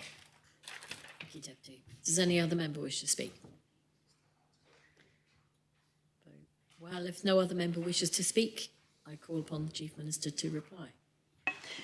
Thank you, Ma'am. And I thank all members who've participated in this debate and that on the amendment also.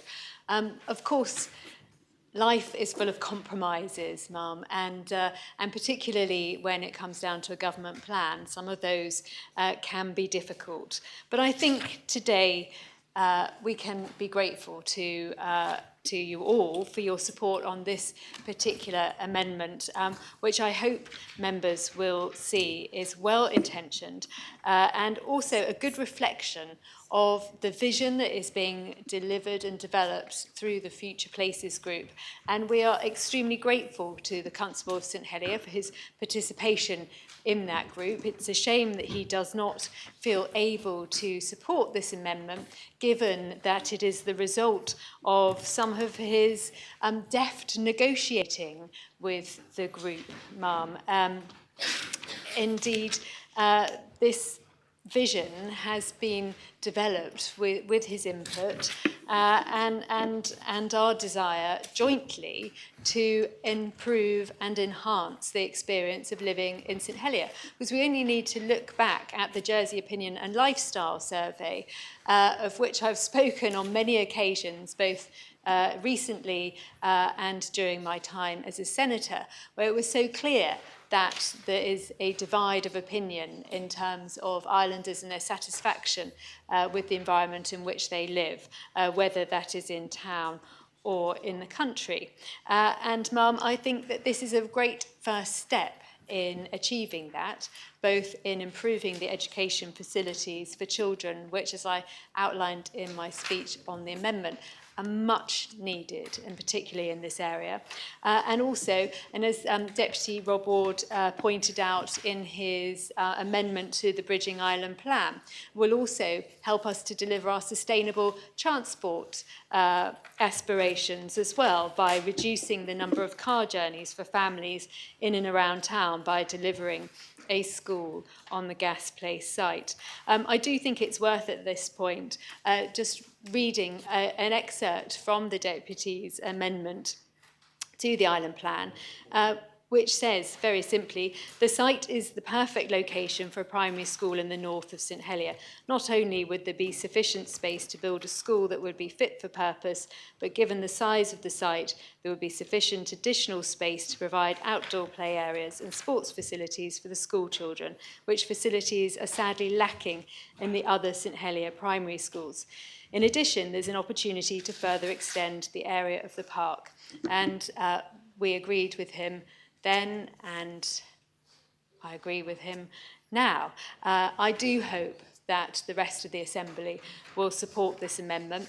Clearly, there have been some expressions of discomfort and some requests for greater collaborative working during the course of this debate.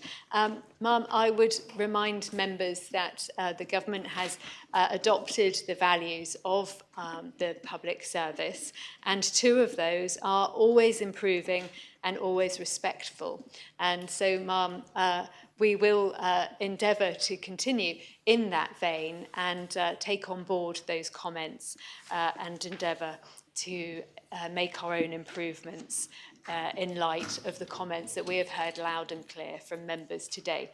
But with that, Ma'am, I do hope that members will put the education of children and improvement of St Helier first today and support this amendment.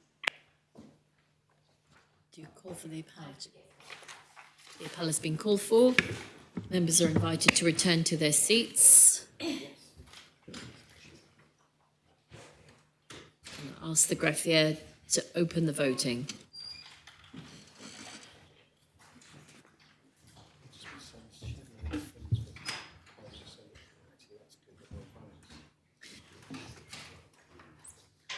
All members have now cast their votes.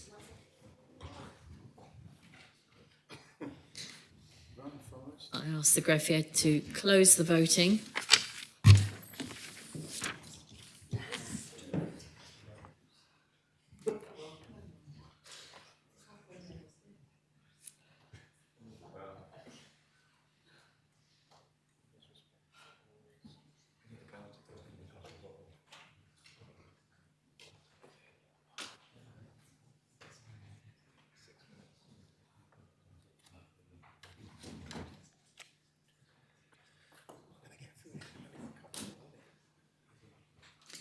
And I can announce that the amendment has been adopted. There were 43 votes pour and 1 vote contre and no abstentions.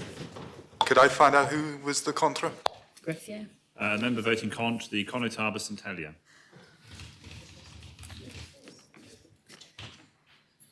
Moving on, the next amendment listed in the running order to the government plan is Amendment 6. Walking and cycling routes lodged by the Conotab of St Helier. The main respondent is the Minister for Infrastructure. There is an amendment to your amendment. Are you accepting that, Conotab?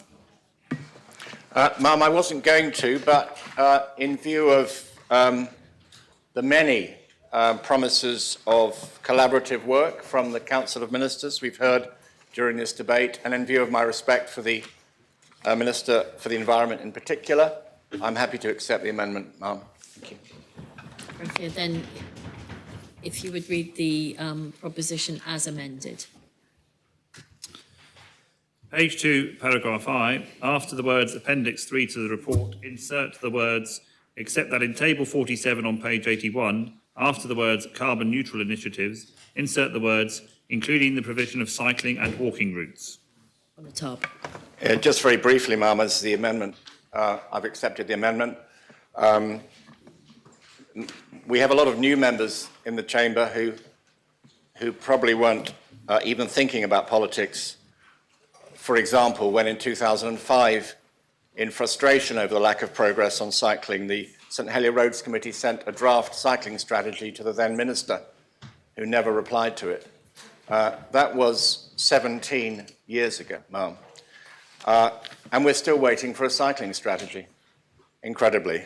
Most jurisdictions have had them for years. Most jurisdictions have had walking strategies.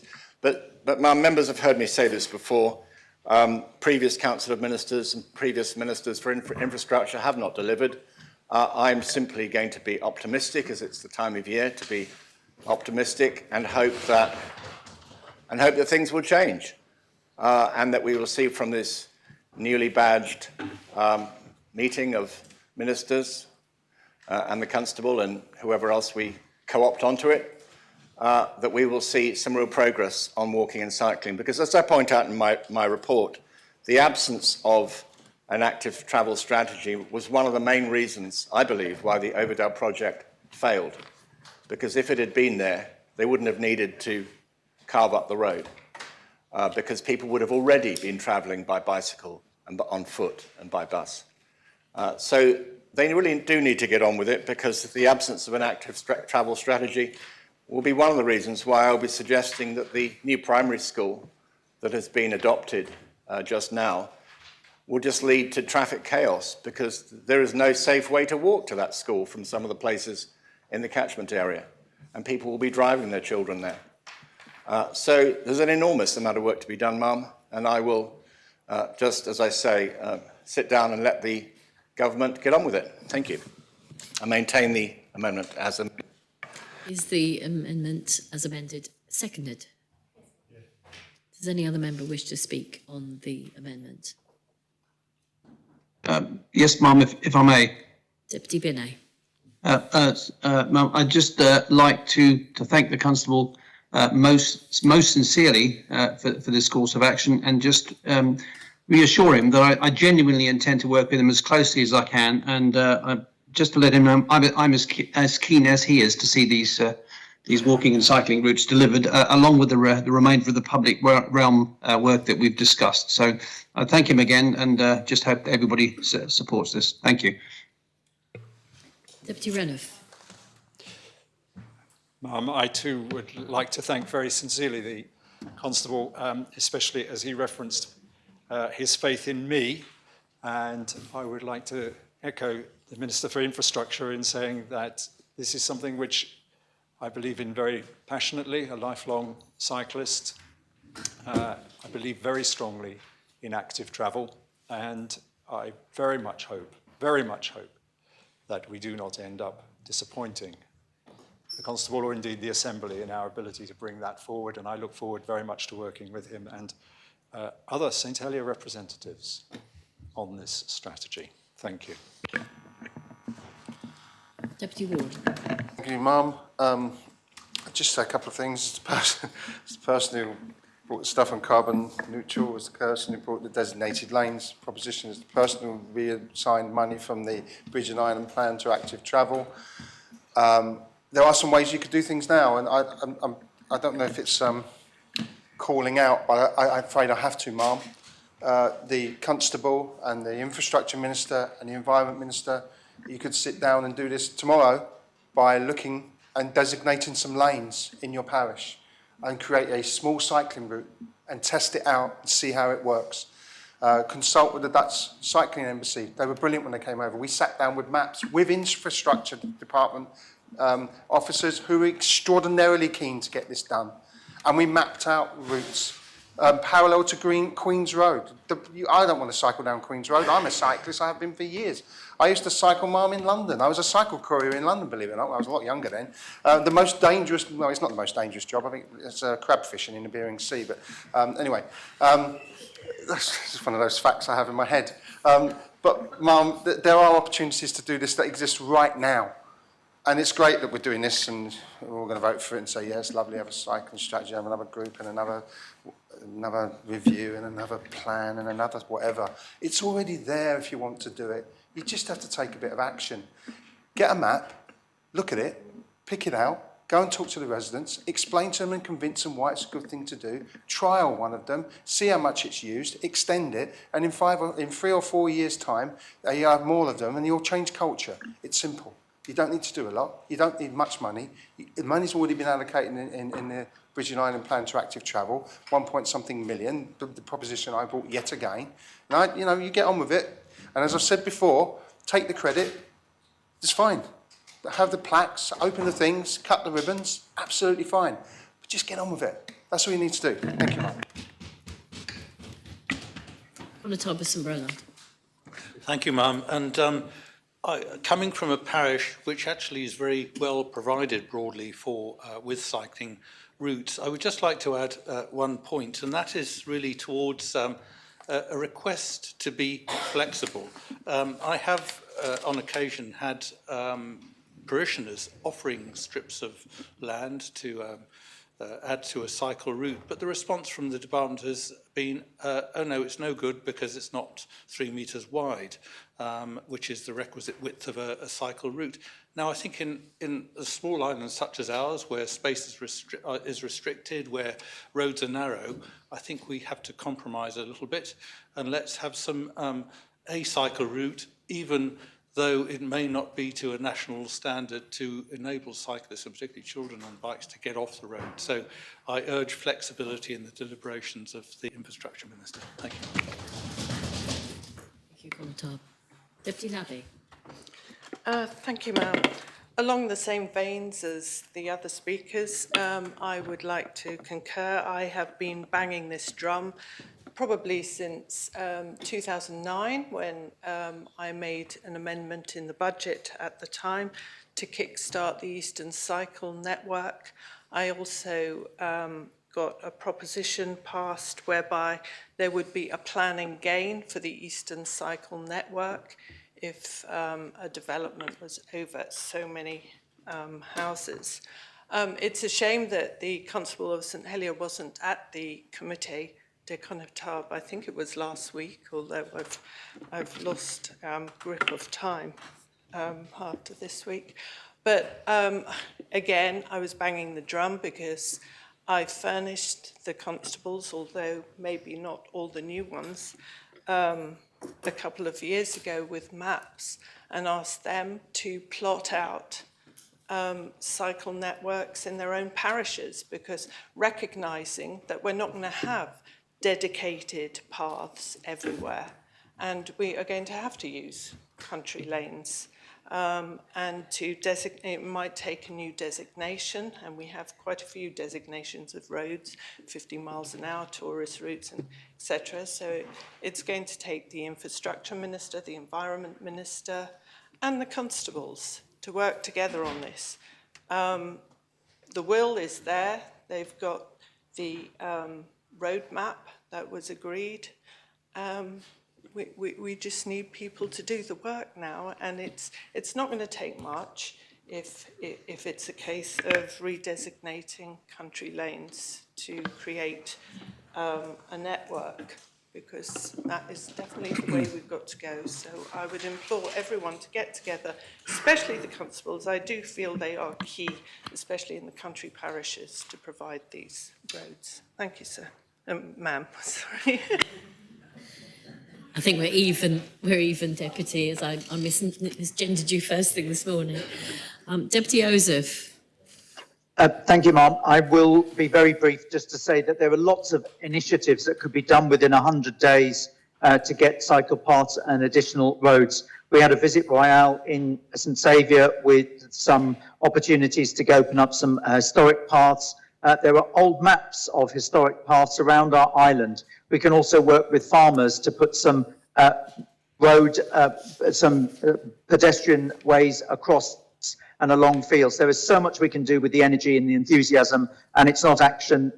It's not just words, it's action. And we in St Saviour can get on with this, and I wholly endorse the comments made by the commitment of Constable of St Helier and others, and I know the Council Minister's colleagues will want to get on with this as soon as possible. And with those notes, I enthusiastically support this, and as a St Saviour Deputy, there's lots we can do in St Saviour to make it better. Thank you, Ma'am. Thank you, Deputy. Deputy Alex Curtis. Thank you, Mum. And I just really wish to add an extra thing that I feel is almost missing in the description, but I'm sure won't be in execution.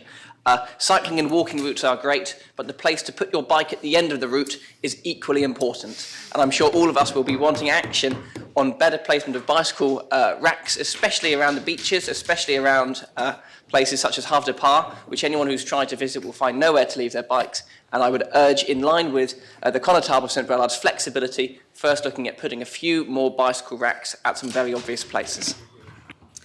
Constable of St Mary. Thank you, Ma'am. Simply to recall that on Monday morning, I have the pleasure of being invited to the opening of a path to be opened by His Excellency, and I'm sure His Excellency will be delighted to have the opportunity to open many more paths during the course of his stay here. Thank you, sir. Thank you, Ma'am. Thank you, Constable of St Saviour. Thank you, ma'am. I hope you can hear me. Yep. Oh, excellent. I'm on a headset. Sorry, apologies for the technical problems so far today. Just very briefly, ma'am, whilst I was the Minister for Infrastructure, I did actually join the Dutch Cycling Embassy, and lots of ideas, and I just wish it was so simple. It's not just about money, and it's not just about the will. Everything we do in Jersey is a retrofit, and there must be compromises all round. We were very lucky that we inherited the western cycle routes, if you like, the railway walk from Corbière Lighthouse, which brings cyclists and walkers right into town. We've extended that considerably. It's now possible to cycle basically from Corbière Lighthouse right the way down to Havre de Pas. We've put in bridges, we've done all sorts of things, and I wish my successor, Deputy Binney, the very best of luck carrying that on. It's not easy. There's, St Saviour will be bringing in green lanes, which will join the dots, and St Peter's Valley, as we've got the lane through in St Peter's Valley, so that will be terrific. That's be very, very popular. We've got more cycle parking in Sand Street, but as I say, this is all about compromise, because we're going to have to take away parking. In the countryside, it's not too bad, but getting the eastern cycle track through is problematic. We can't take away people's gardens. And getting the cyclists coming in east and west into the centre of town, we're going to have to take away many roads for parking just to get cycle lanes in, just to keep people safe. These are the compromises that we are facing. And as I say again, I wish all concerned the very best of luck. Thank you, ma'am. Thank you. Deputy Luce. Thank you, Marman. I'm pleased to follow the Constable because I don't actually agree that compromise is always the way forward. It certainly isn't always the way forward with design. And I would say to him and the Constable of St Helier, let's hope for some far better design for cycle racks and cycle covers when it comes to St Helier, because some of what happened in the last few years is not acceptable. Deputy Tadier. Thank you. So I'm partly reacting to what the former TTS Minister said, Deputy Constable now of St Saviour, about it's a problem because everything's a retrofit. And it just made me think that when the island of Jersey finally separated from France, the European mainland, France didn't exist, of course, 6,000 years ago, there weren't any roads. Everything is a retrofit, isn't it? The Victoria Avenue didn't just appear out of the magma. It was built at some point. It was a retrofit because there was no road there before, and all of the roads, even the cycle track, the great cycle track that we have running from Corbière to St Aubins, was a retrofit as a railway and then as a pedestrian and cycle path. Talking of that, I'm reminded of when I was young, how you'd sometimes get shouted at if you were cycling to school. In my case, it was from Don Farm to Lemoy, for example, because at those times it wasn't a given that you were allowed to cycle there. It was really negotiated, I think, by stealth that it was a shared space. It was considered to be a pedestrian space, and I think a lot of these things have happened organically, you know, I do respect as well that we have an Environment Minister who cycles a lot. He cycles everywhere. I'm a fair weather cyclist, I must admit, and it's something I would want to do more. The other point is that I think there are two challenges. Certainly when it comes to disability, and this is only partly linked, I realised having to take an elderly parent out towards the end of her life in a wheelchair, that's when you start to appreciate, and you look at the pavements, you look at where the pavements dip down, you look at the accessibility issues. I'm sure it's the same for people pushing a pram. And that's the only time that perhaps that you start to realise about what other people are going through when they're struggling to manoeuvre about town or wherever.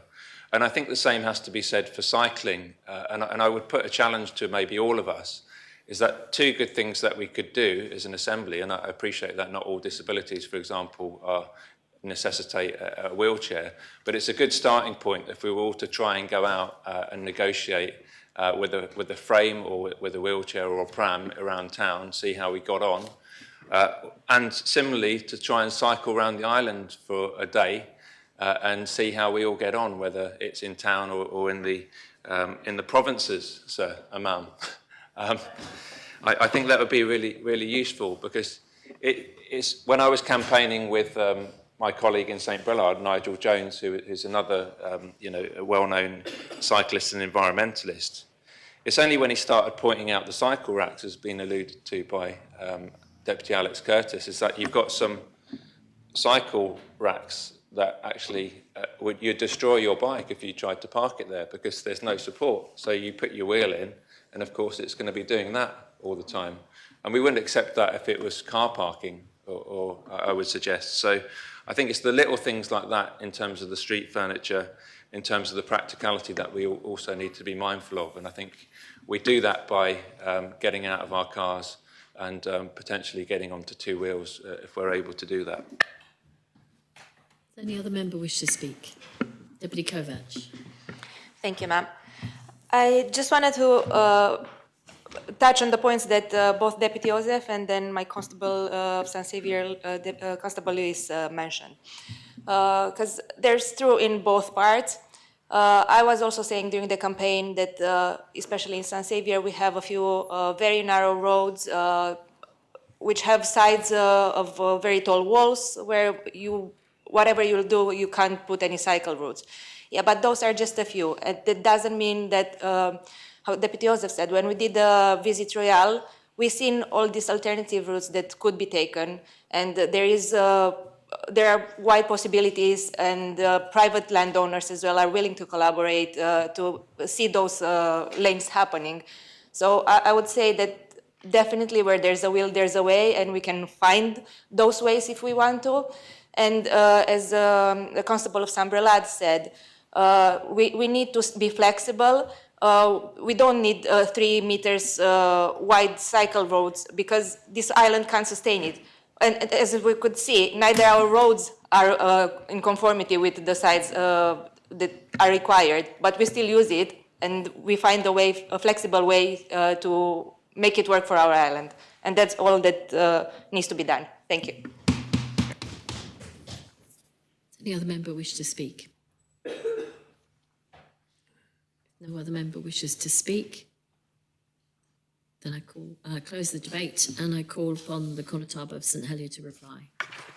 Thank you, Ma'am. When I accepted the amendment, I thought that was going to speed things up.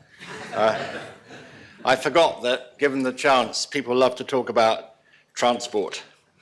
And so, Ma'am, I'm not going to go over all the contributions. Many of them were useful. They'll be on Hansard, and I'm sure the Minister and his team will be poring over them and taking what they can from them. Just a couple of comments. Deputy Labby referred to my not being at the Comité de Connétable when she presented her scheme for getting the parishes to work out the cycle routes. I've said it before, and I'll say it again, that we need a holistic approach to planning cycling in Jersey, and to have the parishes and the roads committees and the roads inspectors' contribution will, of course, be useful. And in fact, I think in my opening speech, I mentioned that St Helier had sent a cycling strategy for St Helier to the Minister back in 2005. That was before the Minister earned the sobriquet, which I gave the last one, the Minister of Inaction. But I'm sure he bears me no rank for saying that. So yes, the parishes can make a big contribution, but it's not up to the parishes to design a cycle strategy or routes for the island. That is up to the Minister and his or her team working with the parishes. And I'm sure the Minister would accept that that's one of, the Minister of Infrastructure would accept that's one of his responsibilities. And I'm grateful for his kind remarks and the fact that we are likely to continue our informal meetings over a single glass of beer in the new year. Mention was made of our new Lieutenant Governor opening paths. That reminded me of the wonderful tradition that used to obtain in this island, and it was introduced by local historian Frank Fall. I hope I can mention his name, Ma'am, called the Governor's Walks. And that would be something that I would be really keen to discuss with the Connétables to see if we can get that back, because it would be a shame if our new Lieutenant Governor was not able to enjoy those days out in the parishes, culminating in a nice meal in the parish hall. Let's see if we can put that together again, and that will, of course, encourage walking strategies on the parish level. Yeah, I'm not going to sit down without endorsing the remarks made by a couple of deputies about cycle racks. Of course, cycle racks come at the end of the journey, or the beginning of the journey. You've got to have the routes before you have the racks. And one of the problems with our approach to cycling in this island is that we haven't had a strategy, so officers have been going out putting cycle racks everywhere. It's actually quite hard to walk around parts of St Helier without walking into cycle racks. A lot of them are different from each other, but that's not the real problem. The real problem is there's no route to them. You actually have to cycle illegally to get to the cycle rack, unless you're going to be, like me, determined to be legal. And so you walk your bicycle, crashing into people, to try to get to the cycle rack. So there's some real issues there that need to be resolved by the ministerial team. But, Ma'am, the spirit of this amendment is one of positivity. There are lots of positive ideas out there. We want cycling to be safe, and we want it to be responsible. And the only way to do that is to make sure that there are safe, segregated cycle routes around the island and, importantly, around the town. So I look forward to working with members of the Assembly and with the ministers on these proposals, and I maintain the amendment as amended. Thank you. Do you call for the appel, Connetable? The appel has been called for. Members are invited to return to their seats.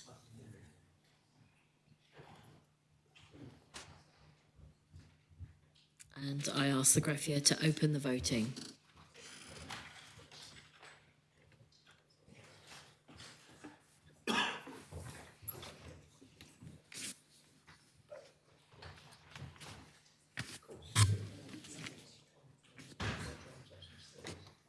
All members have had an opportunity to cast their votes. I ask the greffier to close the voting.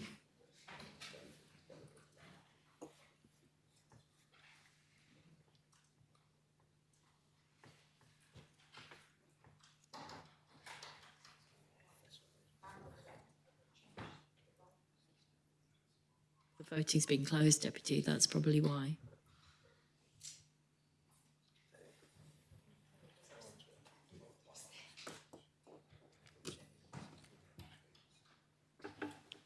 I can announce that the proposition has been carried with 44 votes in favour and 1 abstention. Apology, it just, it wasn't.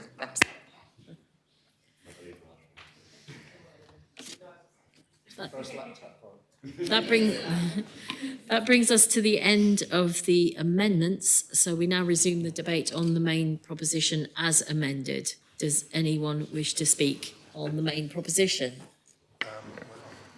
Deputy Mezek. Thank you, ma'am. I believe as chair of the Corporate Services Scrutiny Panel, I'm the main responder to this and therefore don't have a time limit on my speech, but I'd like to assure members I'll try to keep it under 2 hours. And if the ushers could lock the doors, please. Well, firstly, I'd like to thank my colleagues on the Corporate Services Scrutiny Panel and our officers for all of their help and contributions in putting our reports together on the government plan. The other scrutiny panels provided comments, and we worked together and in consultation with the government beforehand to work out what would be the best way of scrutinising this document. Those other panels produced comments, and mine produced a kind of overarching report where we make findings and recommendations across the plan. So I thought it would be helpful to speak broadly about some of those observations we made about the presentation of this plan. And I guess the short comment to make there is that there's room for improvement, and how this plan is presented to the Assembly, I think does need some thinking, and how it can be presented in such a way that becomes clearer to us as politicians exactly what it is we're agreeing to, how those budgets work, and what those breakdowns are. But also there's work to be done to make this document, or at least a version of it or a supplementary document, more accessible to the wider public. And in particular, we've made a recommendation on how this can be made more accessible for children and young people as well, as that's something I'm sure we're all very keen to promote. I guess some specifics on that we would comment upon, that we did struggle to find how the links between the different component parts of the wider government programme link together. As well as the government plan document, there's the common strategic policy, there's the ministerial plans, and trying to see how each of those align, it's not quite as clear as it ought to be. And whilst we agreed key priorities in the common strategic policy, they're referenced in the government plan document, but not that much, and it would be more helpful for growth bids and those areas of investment to be more closely aligned, certainly in their narrative at least, to those priorities that the Assembly has signed up to, and perhaps also how they link up with the Jersey Performance Framework as well, because that would over time enable us as an Assembly to track progress or otherwise from the government on these. and hold them to account as a result of it. So the government plan annex document was not made publicly available at the same time as the government plan. Scrutiny was shared a almost final version of that when we asked for it, and we're grateful for that, and that was helpful, but it would be better to not have to be in that situation in future years of the government plan if those documents can be produced at the same time. It helps us do our work in going through it line by line, understanding exactly what it means, and of course it's better for the public as well. So there were times, certainly I experienced this from my panel's perspective, where there were delays in receiving information from the government in a timely manner to enable us to do our work. Some of that, I'm assured, was simply a mistake. I did have a very brief conversation with the Chief Minister about one of those incidents, and I accept her word on that for how that happened. But I would ask ministers in future years to be much more vigilant on that and try to provide information to scrutiny in as timely a way as possible. The document itself doesn't make it particularly easy to look at it and immediately identify how spending and taxation evolves over time.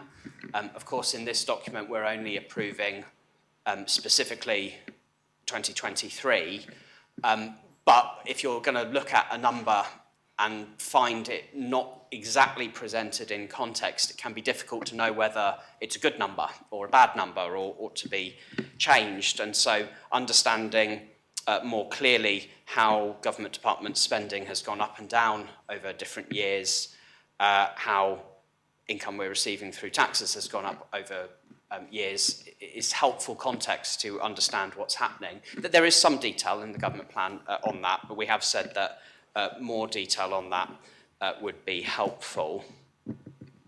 On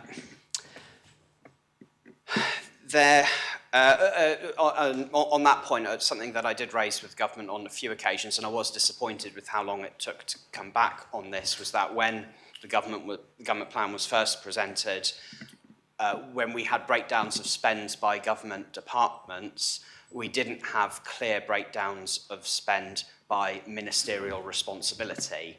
And that is important because as scrutiny panels, we scrutinise ministers, and to be able to look at some government spend and identify exactly which minister is the one who's responsible for delivering on that and ensuring that it's being spent properly is important for us. And when we have these, we still have these super departments, infrastructure, housing and environment, which is accountable to 3 ministers, to have one head of expenditure is not helpful. I know that was addressed with an amendment to the government plan that made that a bit clearer, but I have memories in previous government plans of there being at least a page which says, and by the way, that breakdown of spend you saw in previous pages, this is what it looks like when you map it against ministerial portfolios. So not just how much ministers individually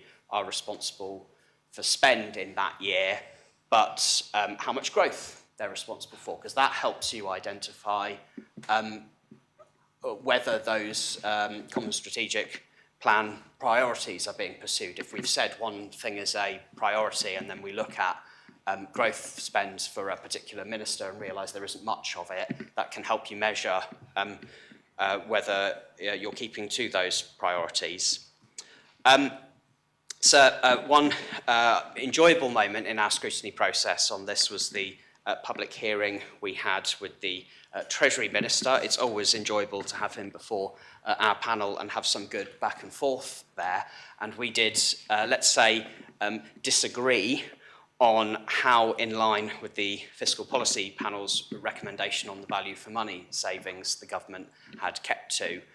We are of the view that the points that the FPP made about projecting future savings in further years of the government plan being an inappropriate thing to do if you can't provide the detail for it is something that we agreed and believed that is not presented properly in this government plan, where beyond 2023 and those years beyond that, they still maintain projections for making £10 million of savings in each of those years, without at this point being able to tell us exactly how that will be broken down, and therefore how credible it is. And when that's contributing to a bottom line, and we have to keep our eye on the horizon for where we're going with that bottom line to make sure the government is spending within its means, that can cause some concern, because if we can commit next year to some perfectly reasonable value for money savings that don't affect services and that we're perfectly happy are okay, if we're committing to years beyond that without that detail, and it comes to those years and it turns out actually those savings aren't viable, you then risk yourself being put in a position where your budgets either don't add up or you've got to find some cuts somewhere to make up for it. And that is not a good position to be in. And I strongly recommend to the government and the Treasury Minister to pay closer attention to that recommendation from the Fiscal Policy Panel in future years. So one area that we were slightly disappointed with was support for people with mortgages, where, of course, alongside the mini-budget that the government presented earlier this year, which had some very good measures in it to support people, one area of concern was for those who have mortgages who are suffering from the sudden and unexpected rise in interest rates. We did have a discussion with the Treasury Minister about whether the government was thinking of putting something in the government plan or an amendment into it to provide support for those people, and we had it indicated to us that they were looking at it. So my panel said, okay, great, if you've got this, then we're not going to spend our time and resources looking at bringing an amendment, even though we wanted to.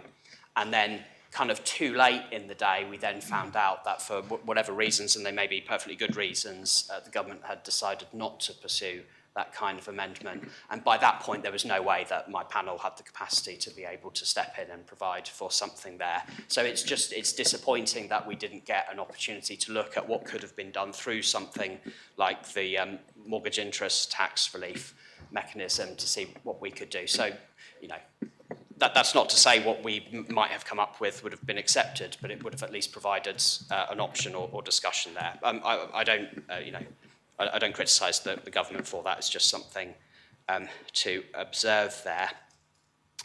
So there do continue to be concerns about some of the large spending areas, and in particular, government IT programmes, which is something we were greatly concerned about in the previous term of office, where that number seems to go up and up and up every few years without really much to show for it. And there are aspects of those IT programmes which have been delayed. They've acknowledged that those have been delayed, and we have found that. And that is something that I hope the government will pay a great deal of attention to, ensuring that that is reined in, and that whatever improvements to government IT systems are made are tangible, have a positive effect for those working in the public service and for how information is handled, but without the ever-increasing, exponential increases in budgets that we've seen previously, because it does not feel like good value for money. Yeah, I think I was being generous in how I phrased that, to be perfectly honest. The full detail of our findings and recommendations can be found in our report, and we await the government's response to those eagerly, and hopefully that will help inform how we scrutinise government plan in future years and how it's presented. Ma'am, I'm going to start getting a bit more political now and say that there is one point I will make, because I'm preempting what I think will be the government's defence of some of the comments we've made about the presentation of the government plan not being as clear as it could be. And one thing that I'm sure they will say in their defence is that, well, we just didn't have as much time as we'd have liked. They'll point out the slightly later election this year than we'd had previously, and the truncated period, therefore, that there was to produce a government plan and for scrutiny to do its work on it. So I actually don't have much sympathy with that. And the reason I don't have much sympathy for it is because when every one of us in this room was considering putting our names forward to run for election and therefore be in the running to be part of a government, we knew at that point what the timetable would be. We knew that in the last state sitting in December, a government plan would have to be produced. And my view, ma'am, is that if you're putting yourself up to be in the running to be part of a government, then if you don't think you've got enough time after an election to do that work, you should do it before the election. And you should stand before the public to say, if you vote for me, this is the kind of stuff you're going to see in the government plan. And I actually believe that if our political process evolves so that manifestos more closely resemble what government plans look like, then that will enable us to expedite these processes much more efficiently and for there to be greater certainty at the ballot box for what they're going to get by governments when they are elected. So I would make a recommendation, a political recommendation to the government and to anyone else up there who's thinking of forming a government in future, then it would be a good idea to present that stuff before an election rather than rush it afterwards. And if we do that, just coincidentally, we would be behaving in the same way that actual normal democracies work rather than the weird and inefficient system that for some reason we still maintain in Jersey. Ma'am, the last point I'll make, I guess it's actually more of a question to the Chief Minister, who I hope will be able to indicate an answer sooner rather than later to this, is actually whether she's prepared to take the government plan in parts. I would ask her to do that because I don't think she's at risk of disrupting the government's ability to deliver on its plan, but it would be helpful, I think, for the government to know through the voting records which parts of the government plan there is unanimous support and which parts there is perhaps greater concern on, and that can help her and her team inform themselves what areas might need greater attention in future years, because the different parts of the government plan do achieve different things. Some of them are just about tax, some of them are just about heads of expenditure, some of them are just about particular funds, and that might be helpful for her to understand where there might be greater areas of concern and enable members to have a mechanism to clearly indicate that to her. So I guess I am asking her if she'd be prepared to do that in different parts. I understand that has been done in previous years. And that's all I've got to say on that. Thank you, ma'am. Thank you, Deputy. Deputy Scott.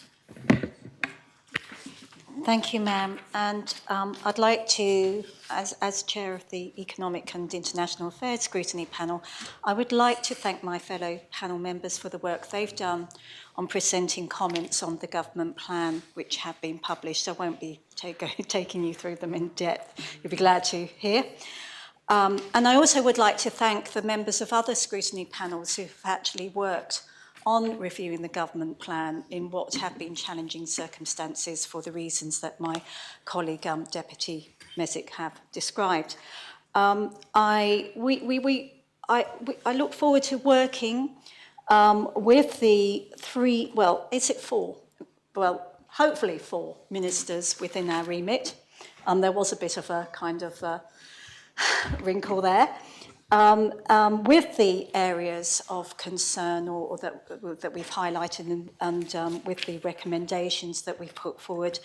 And I would like to thank the ministers for responding to one of the recommendations, at least in an albeit a very late stage of trying to align ministerial responsibilities with the budgets, and agree that it would be good to see more work there. So thank you very much, ma'am. Does any other member wish to speak? Deputy Ward. Just very quickly, Ma'am, I'd like to reiterate the point about taking it in parts. We've often before not had that, and it's either or, it's a sort of binary decision. And I think with transparency, openness and consensus that we talk about so much, I think it'd be a very interesting point to have that sort of gauge of which parts are popular and which aren't.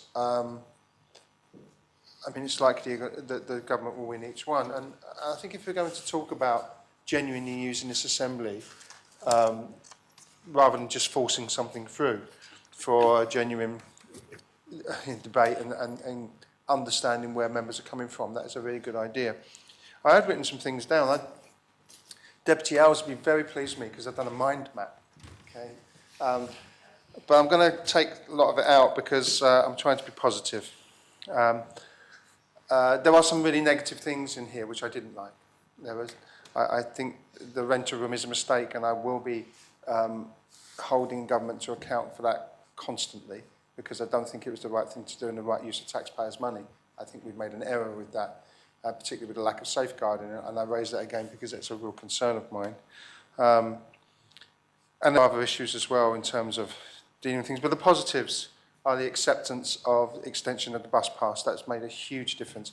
I saw somebody, I got here early this morning, because ironically I had to bring the car in for a very specific reason, dropped my wife off at work, so I was here really, really early. And I went for a cup of coffee in one of the many wonderful cafes, perhaps one not owned by one of the ministers, to be honest. I chatted to somebody who sat down and said to me, oh, by the way, well done with the bus passes. My son, who's 15, uses it, and it's just made a huge difference. And that's been a really successful thing this assembly adopted, so well done to us. And extending that to all full-time students, I think is a really positive step forward, and it will make a financial difference. I thank the Health Minister. I would like to thank the Health Minister, Ma'am, so much for the amendment to my amendment, which I could accept, in terms of travel for off-island treatment. That will make a difference to people's lives, a direct difference to people's lives at the most difficult time in their lives. So thank you for that. The GP change will make a difference to people's lives. It will make a difference. Thank you to Deputy Alves for bringing that. And there's some things, and I know the government hasn't got all of its way, but you know what, that's okay. We all learn from that, and that's a good thing. And I think that, I really do think that we all learn and we move forward, and it's been a good set of debates at times. And I would just say that I made up a little word wall. I was going to say Miss Alves then, sorry, Deputy Alves, but I'm not going to finish. But there were some words, and one of the ones was, and I will say this in the nicest possible way. Sometimes we heard, I agree in principle, but, and I've got to say, one of the real key underlying foundations to politics and politicians and us is the principles we stand on, and we mustn't go against them. And I know sometimes there's pragmatism was used and well-intentioned and review. Well, I won't go over all the words. And this phrase that was used by the Chief Minister, always improving and always respectful, I've got to say, I don't think sometimes the attitude towards us as Reform has been respectful, and I think we need to get over that, and you need to realise and understand that challenge is not a bad thing. And we need to know how we work together on that challenge when we don't agree. And so those are the final things I would say, and I would urge to take this in parts if at all possible. I know it means 8 votes, but they're quick. If we get on their buttons, just get on with it, and it wouldn't take that long. Thank you, Ma'am. Ma'am, just to, I'd be grateful for your view. This is not a speech whether actually the government plan can be separated in the way that's being requested. I know the finance law can be, we have separate votes. I think we have in the past voted paragraph by paragraph. I'm pretty but sure then we the have. whole government plan wouldn't work, Ma'am, would it? So you'd have a plan that didn't quite literally add up. I just wondered if you could consider it before giving your opinion, Ma'am. Thank you. Thank you. Does any other member wish to speak?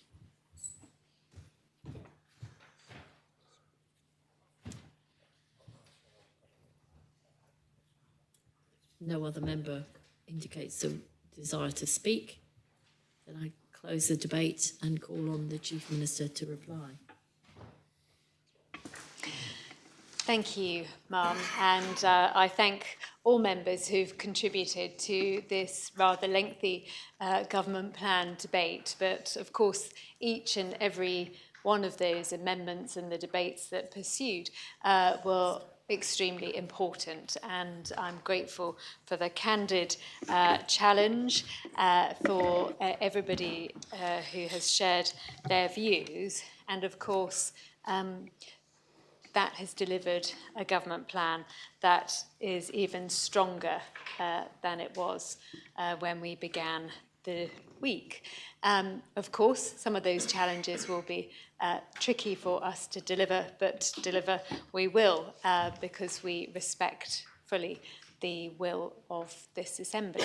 And perhaps, Ma'am, I would start with my approach on taking the government plan in parts. I have, and I'm grateful to the GREF team for circulating the plan as amended. I would share the view of the Treasury Minister in his question there, that it may be somewhat difficult and challenging to set out in that approach, because if Part A were adopted but Part B not, there could be some considerable practical challenges, and therefore I would ask members to vote for the government plan as amended in as a whole. Just say it is a matter for you, Chief Minister. Thank This is you. your proposition, so you can choose if you wish to take the vote as a whole or by Thank you, paragraph. Ma'am.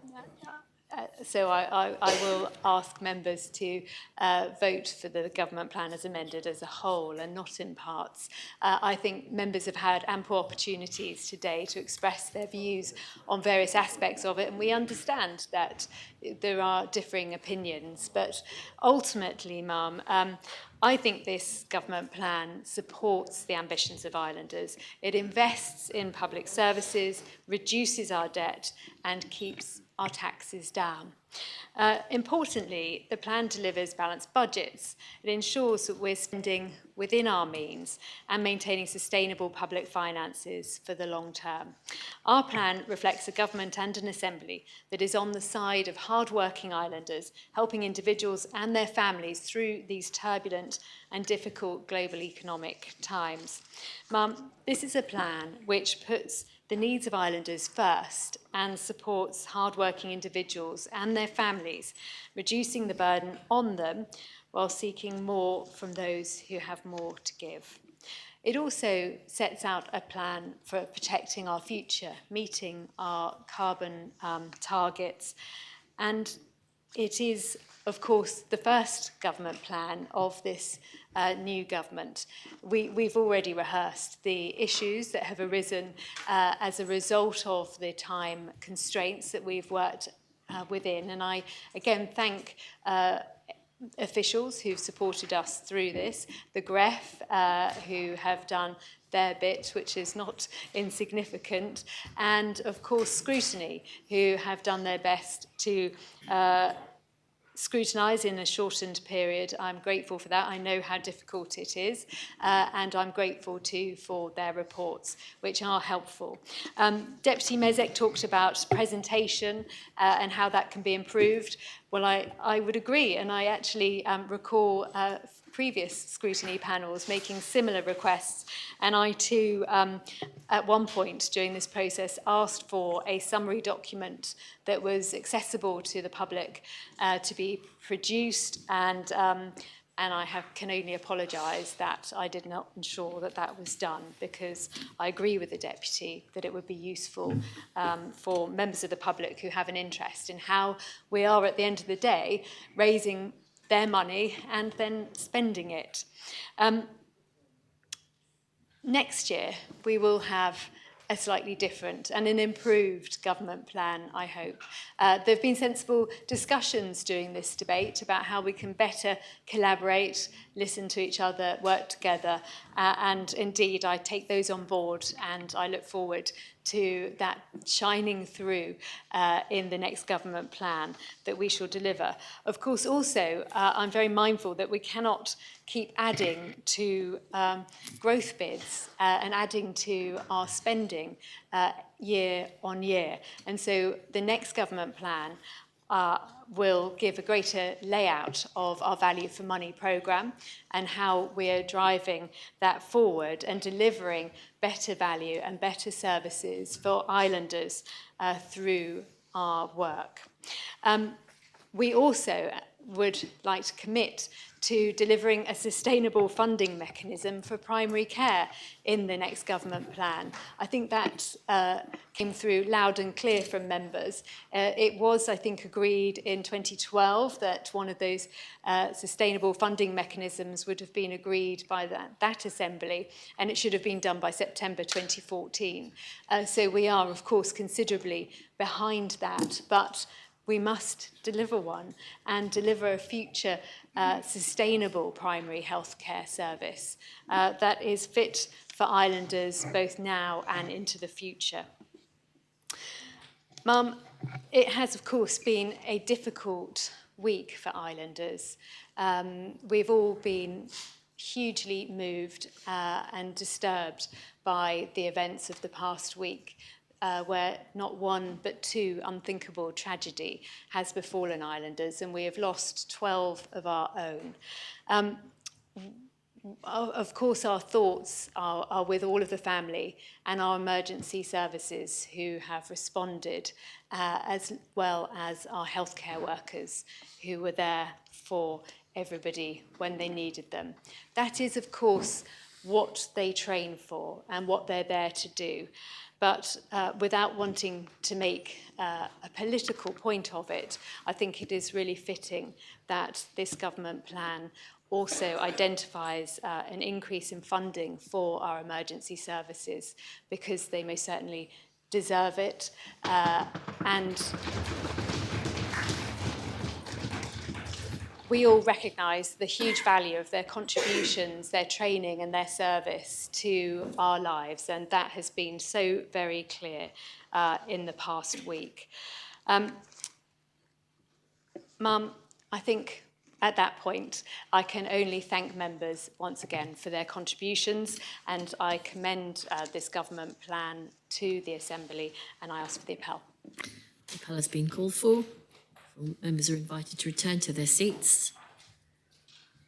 And I ask the greffier to open the voting.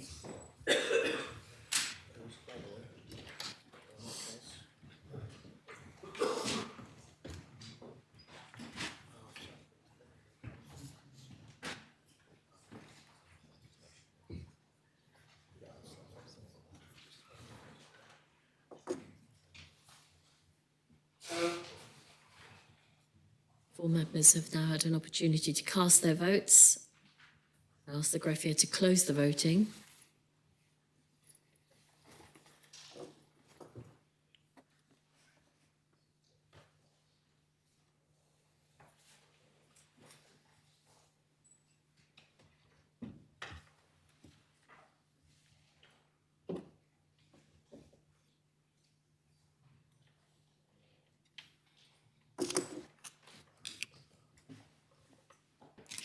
I can announce that the government plan has been adopted. There were 37 votes in favour and 11 votes contre. Greffier? The members voting contre, Deputy Southern, Tadier, Rob Ward, Alves, Farnham, Mesick, Coles, Ore, Catherine Curtis, Beltham and Kovac. The next item is the Draft Finance 2023 Budget Jersey Law 2000, P102, lodged by the Minister for Treasury and Resources. For the purposes of this debate, the main respondent will be the Chair of the Corporate Services Scrutiny Panel. I ask the greffier to read the citation. Draft Finance 2023 Budget Jersey Law 2000, a law to set the standard rate of income tax for 2023 and to implement parts of the Government Plan 2023 to 2026 by amending the Income Tax Jersey Law 1961, the Customs and Excise Jersey Law 1999, the Goods and Services Tax Jersey Law 2007, the Stamp Duties and Fees Jersey Law 1998, the Taxation Land Transactions Jersey Law 2009, the Taxation Enveloped Property Transactions Jersey Law 2022, and other enactments. The States, subject to the sanction of His Most Excellent Majesty and Council, have adopted the following law. Minister. Thank you, Ma'am.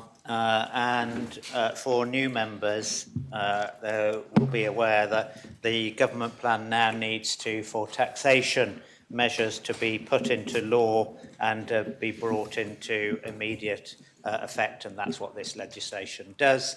It's quite short this year because most of those measures were amended during the mini-budget and the finance law that we approved there. So, Ma'am, I've got very little to say. You'll be pleased to know, and I commend the changes in the finance law to the Assembly in principle. Thank you. Are the principles seconded? Does any member wish to speak on the principles? Deputy Mezek. Just very briefly, ma'am, having voted against the government plan just now, to clarify, had it been taken in parts, we would have voted in favour of some of those parts. The finance law itself, though, as the Treasury Minister indicates, referring to the taxation measures in it, having gone through it, there is nothing in it that we find objectionable, and those changes that are proposed in it go in the correct direction of travel at the very least, and so that means we can vote in favour of this. Any other member wish to speak? No other member wishes to speak. I close the debate and call on the Treasury Minister to reply. Thank you, Ma'am. Could I call for the appel, please? The appel has been called for. Members in the vicinity should return to their seats. And I ask the greffier to open the voting on the principles of the Finance 2023 Budget Jersey Law.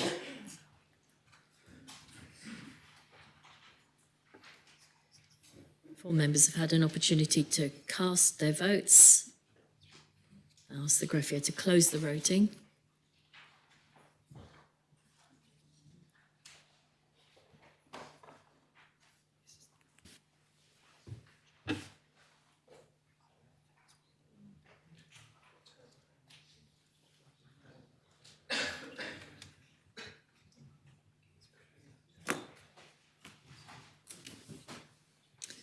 And I can announce that the principles have been adopted. 44 votes in favour, no votes contra. Deputy Mezek, can I take it that the Corporate Services Scrutiny Panel does not wish to scrutinise this matter? That's correct, ma'am. There are amendments consequential on some of the amendments that were adopted. Minister, are you wishing to propose the articles as amended by those amendments? That would be the first amendment, which Deputy Andrews. If I may, Ma'am, yes, as you intimate, members have voted for and against various amendments. The two amendments standing then for the Finance Law are Amendment 1 and Amendment 4, and I would like to propose the articles en bloc as amended by those two amendments. Members content to take those articles proposed as amended by the amendments? Very well then. Are the articles seconded? Does any member wish to speak on Articles 1 to 64?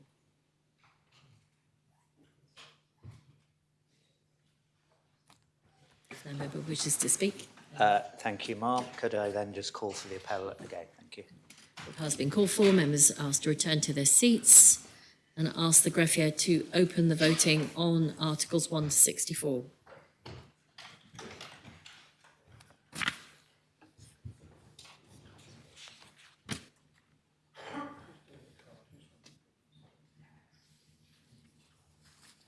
All members have now cast their vote. I ask the greffier to close the voting.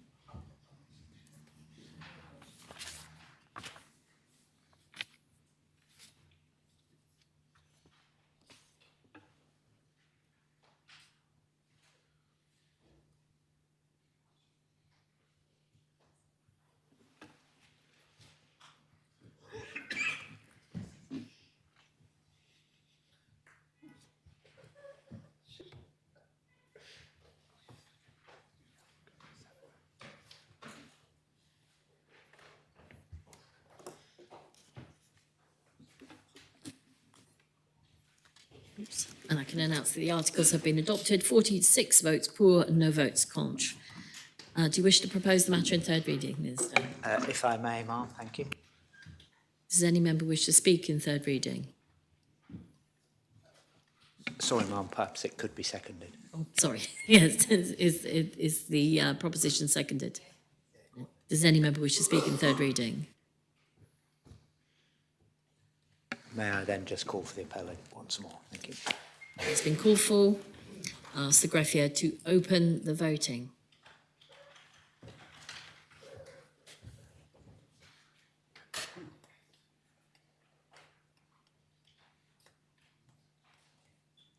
All members have now cast their votes. I ask the greffier to close the voting.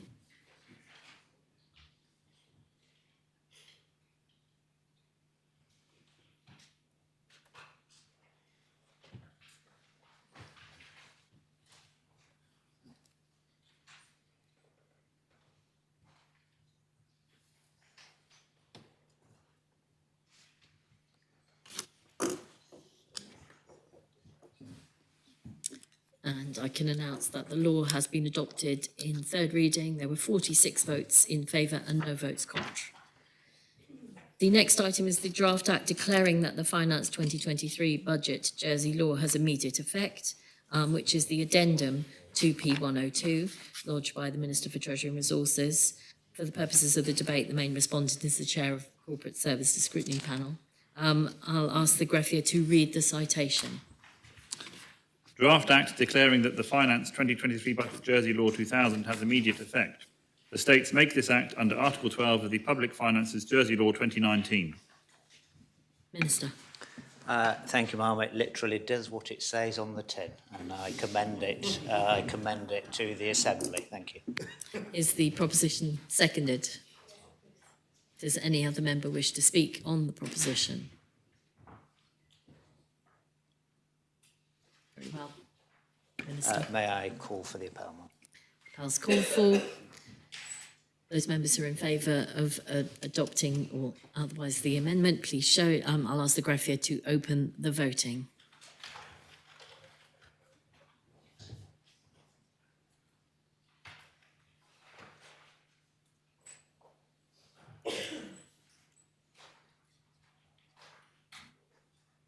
If all members have had an opportunity to cast their vote, I ask the greffier to close the voting.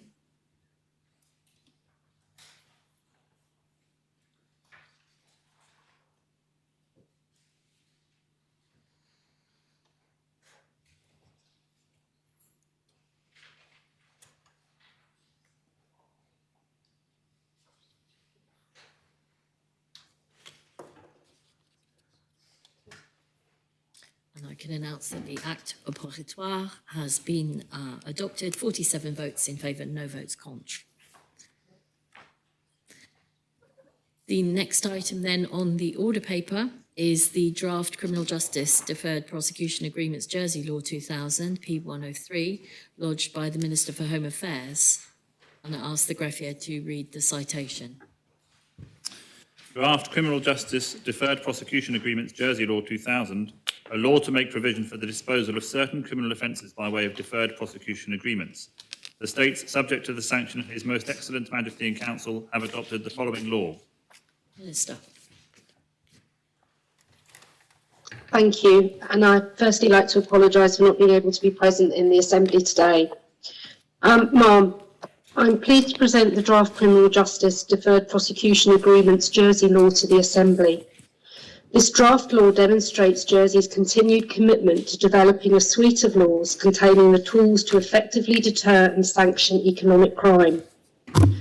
This draft law is intended to provide an additional tool to tackle challenges with regards to establishing corporate criminal liability.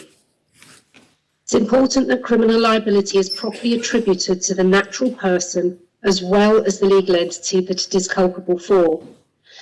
Where corporate bodies and legal entities commit crimes, it is important that they are held to account and are sanctioned like natural persons.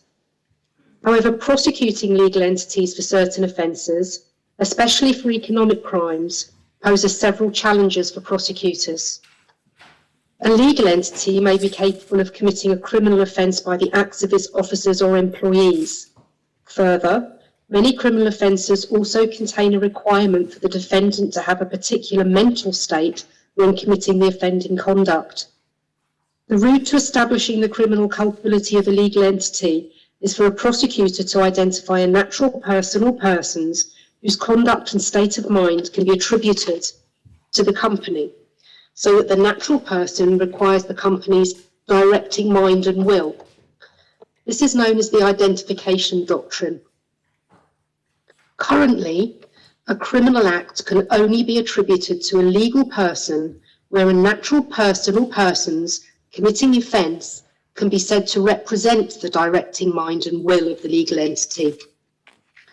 Whilst this might be the case for the Board of Directors collectively, it becomes much more difficult to identify the directing mind and will, where the criminal conduct results from the acts of individual directors. And these difficulties were highlighted in the English case of the Serious Fraud Office versus Barclays, where it held that neither the Chief Executive Officer nor the Group Chief Financial Officer constituted the directing mind and will of Barclays, despite both of them being on the board. The identification doctrine is therefore a significant challenge for prosecutors in Jersey and elsewhere in the British Isles. And the Law Commission of England and Wales, for example, considers it to be an inappropriate and ineffective method of establishing criminal liability of corporations, because it ignores the reality of complex modern corporate decision-making, and because it discriminates against small businesses compared to large multinational businesses. So to address some of these legal issues, the United Kingdom introduced deferred prosecution agreements, known as DPAs, in 2013, almost 10 years ago. And DPAs create an alternative mechanism to dispose of criminal conduct by legal entities, subject to certain conditions being met, and they have been used successfully in the UK for cases of fraud, bribery, and other economic crime. Guernsey has also recently committed itself to the introduction of DPAs because they also acknowledge the challenges that they face in this respect. Hence, to further address the existing legal issues, I've lodged this proposition, which if adopted would introduce an effective and efficient DPA regime for Jersey. Effective because it provides the Attorney General, as Jersey's prosecution authority, with an additional tool to sanction legal entities, addressing the issues arising from the directing mind and will requirement. Efficient, because we will achieve this without the need for any additional resources. Any additional costs which might arise during the DPA process will have to be covered by the respective legal entity and not the public purse. A DPA under the draft law of this proposition is a statutory agreement pursuant to which the legal entity agrees to comply with the requirements imposed upon it by the DPA, and the Attorney General agrees not to seek leave of the Royal Court to progress criminal proceedings in relation to the offences at any time whilst the DPA is in effect.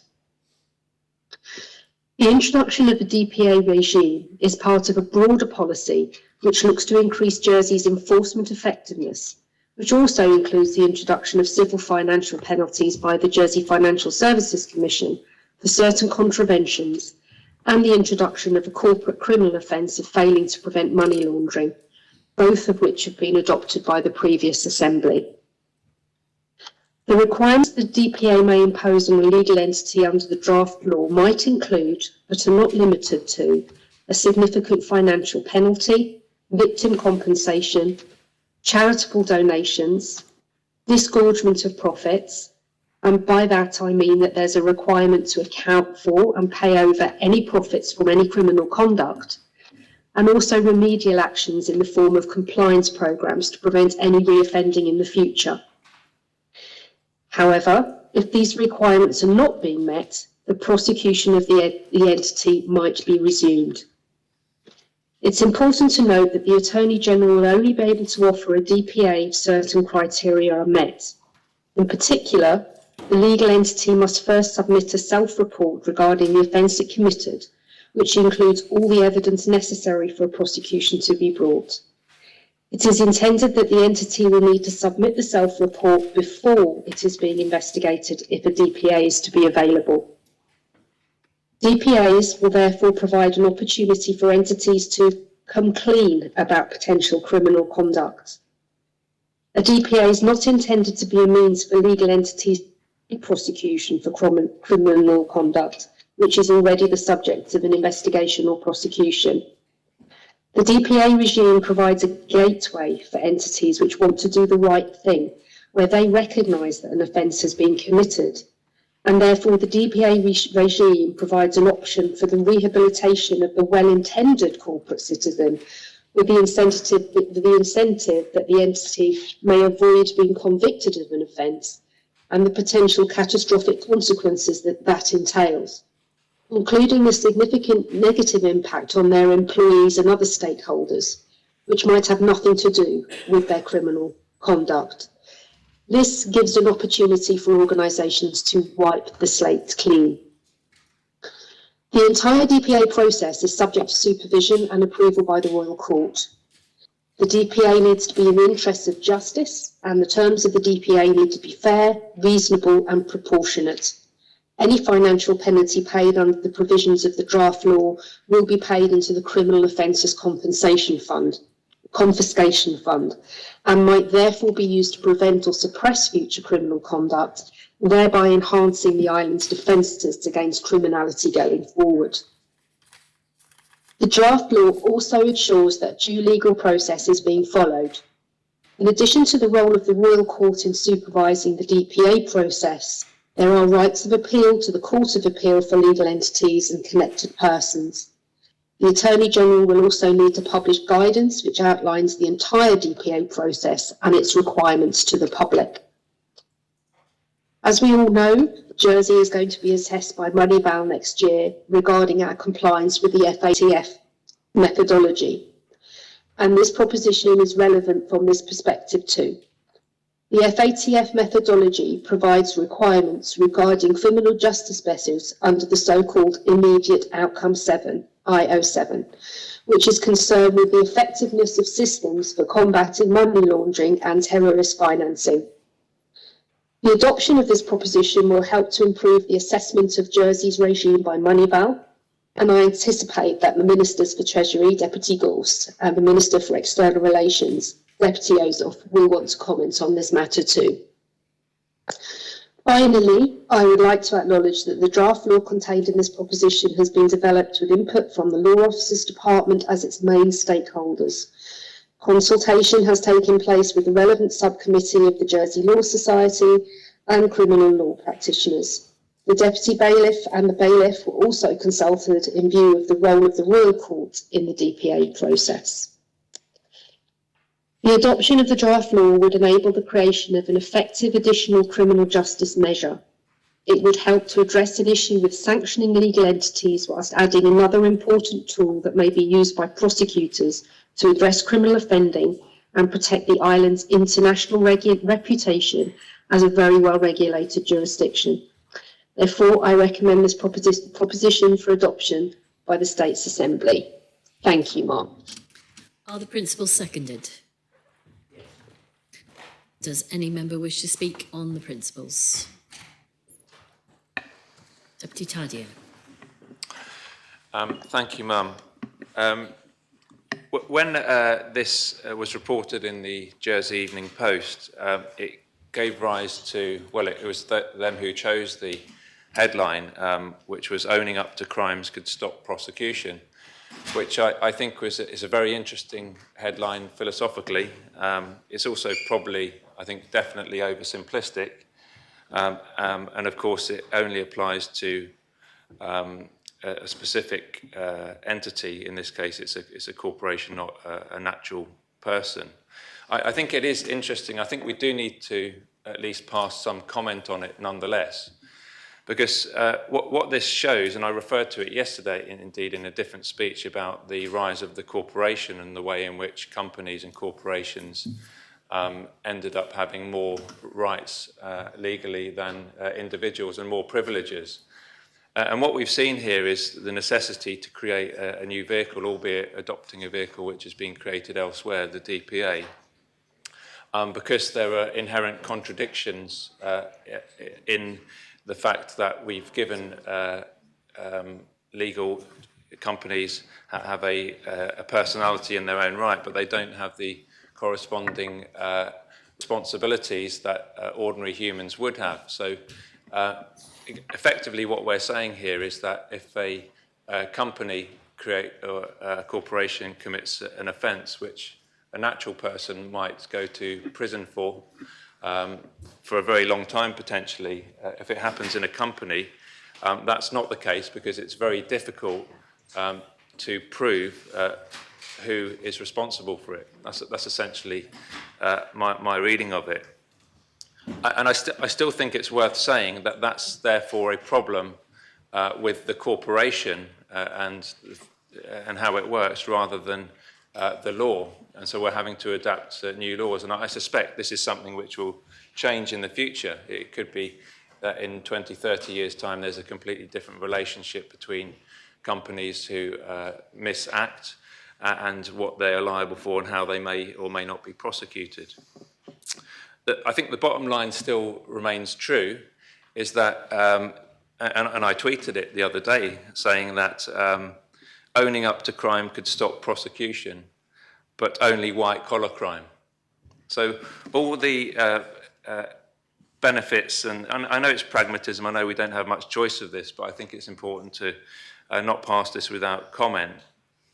When it talks about the advantages about a DPA, can help an organisation get back on track after it has come clean over criminal misdemeanour, it's likely to give that company more sympathy and credit to the public than if it had been found guilty of a criminal offence by a court. Of course, all those advantages could be applied to how we deal with natural humans who commit misdemeanours for all different sorts of reasons. So I just want to put that on record that I'm slightly uncomfortable with the fact, even though I understand why we're doing it, about people who commit crime on one level being given the full force of the law, not being given an opportunity to have a DPA in their own right, but companies who often, and we've seen it over decades, can create so much devastation, whether it's environmental or social or in the area of health outcomes, often not being held to account. So I just wanted to put those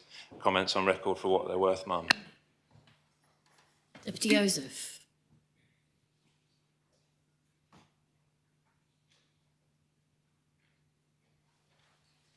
Sorry, Ma'am, have you called me to speak? Yes, I have. Thank you, Ma'am. May I apologise for not being in the States Assembly. I am fully in favour of this, wearing my hat as the Minister with Deputy Gores for Financial Services. What effectively, as the Minister quite eloquently said, it strengthens our arsenal in broadening out the powers. It's not a replacement, it's broadening our powers. It acts as a dissuasive provision which has been successfully adopted in other jurisdictions such as the United Kingdom, the United States, and in other matters. And I wholly support the Home Affairs Minister. I thank her for her and her team's work. This is a team effort in relation to dealing with the many issues dealing with Moneyval. We're dealing with another matter which is coming next on the order paper. But can I assure members that this is a joint effort led by the Home Affairs Minister in strengthening our powers. Dissuasive element is important as well. And I hope members will give their enthusiastic support for the proposition of the Minister. Thank you, Ma'am. Deputy Catherine Curtis. Thank you, Ma'am. The Children, Education and Home Affairs Scrutiny Panel received briefings and has published a comment paper and checked on the consultation process. A deferred prosecution agreement has been in place in the UK since 2014. Deferred prosecution agreements, or DPAs, provide a greater opportunity to secure prosecutions for unlawful activities of corporations. It is very difficult to secure prosecutions and impose penalties against corporations without DPAs, partly because of the difficulty in assigning responsibility within the organisation. I want to assure members that a criminal prosecution can still occur, but a DPA allows for a much greater opportunity to address unlawful activity in corporations which are encouraged to self-report, which will save time, and they will be expected to fund the costs of the process. The DPA process will support current measures to address anti-money laundering and counter-financing of terrorism regulations, and is a more effective way to bring some justice to corporations when acting unlawfully. Thank you. Deputy. Does any other member wish to speak? Deputy Gorst. Thank you, Ma'am. And I stand to support the Home Affairs Minister with what I think is a really important change to our system, and it is, this particular piece of legislation is already winning plaudits for the way that it will be and can be used. I do understand Deputy Tadier's concerns, but I think actually what his concerns highlight is that it has over time been shown that it can be quite difficult to prosecute corporations where they have committed offences. And so rather than from that point reaching the conclusion that this is making it easier for corporations, I think this is adding to the ability of prosecution services to make sure that corporations do act appropriately. And it is, for me, one part that is particularly important is that if a prosecution has already started, then a DPA cannot be entered into. So the officers of the corporation must approach the prosecution services in order to seek a DPA. And the Attorney General's office, I have no doubt, will act appropriately, robustly, when they are entering into a DPA, and they will think about the appropriate length that should be entered into and the appropriate actions that a corporation should undertake and any appropriate penalties. So I think rather than us being concerned that it's going to let corporations off as that headline intimated, I think it's going to help in exactly the opposite direction. And of course it does have the full support of the Financial Crime Political Steering Group, which is made up of the heads of all of the authorities involving fighting financial crime in Jersey and ensuring that we act appropriately and ensuring that we meet the very highest international standards. And it has my full support, ma'am. Thank you. Does any other member wish to speak on the principles? No other member wishes to speak. Then I close the debate and I call on the Minister to reply. Thank you, Ma'am. I think I would like to take the articles on block. Oh, no, we're not up to that point yet, Minister. We're on the principles first. Oh, I'm so sorry. In that case, I'd like to answer Deputy Tadier.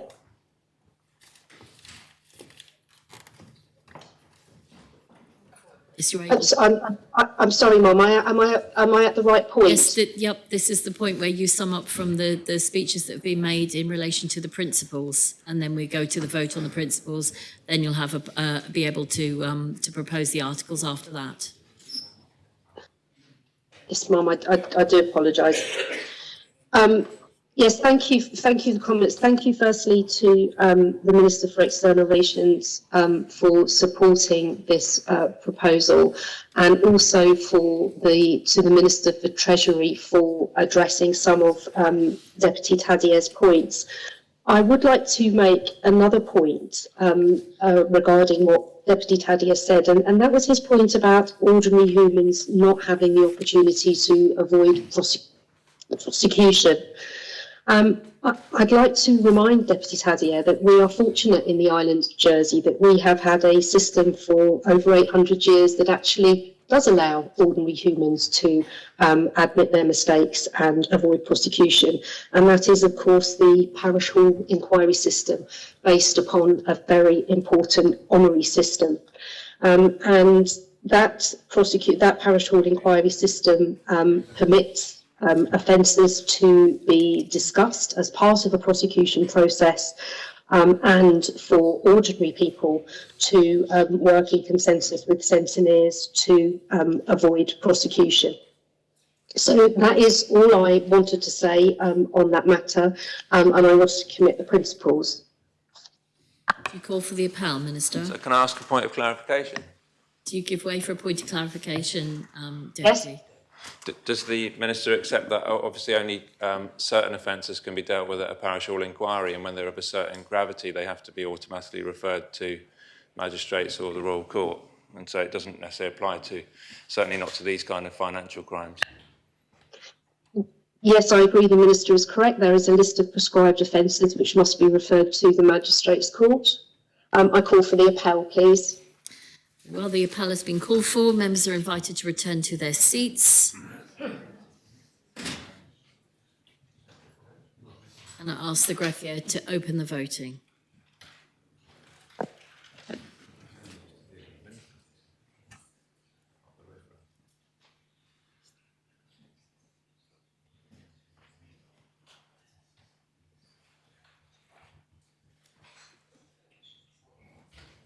All members have had an opportunity to cast their votes.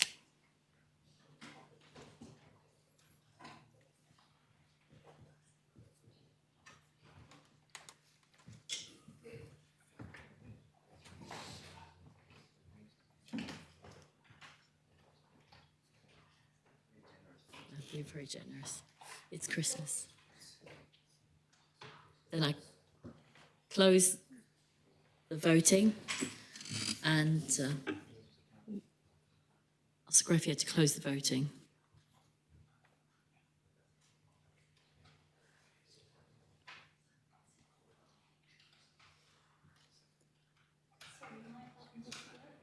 That's because the voting has been closed, Deputy. I did allow quite some time, but...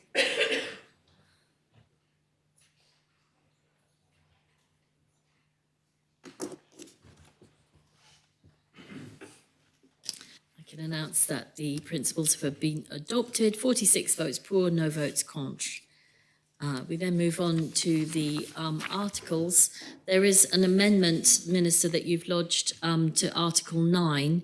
Do you wish to propose the articles as amended by that amendment? Yes, ma'am. I'd like to take the articles en bloc and propose at the same time my amendment to Article 9, the purpose of which is outlined in the report. So, do you wish to say anything further, or is that your proposal? That's my proposal, thank you. Are the articles and two schedules seconded? Yes, ma'am. Does any member wish to speak on the articles and schedules?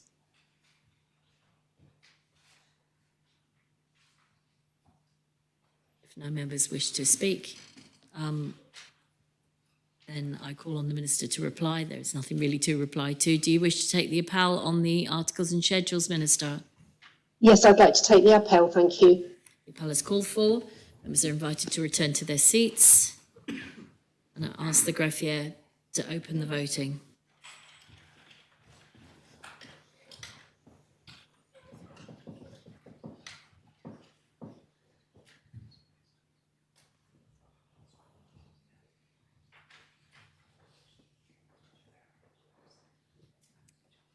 If all members have now cast their votes, I ask the greffier to close the voting.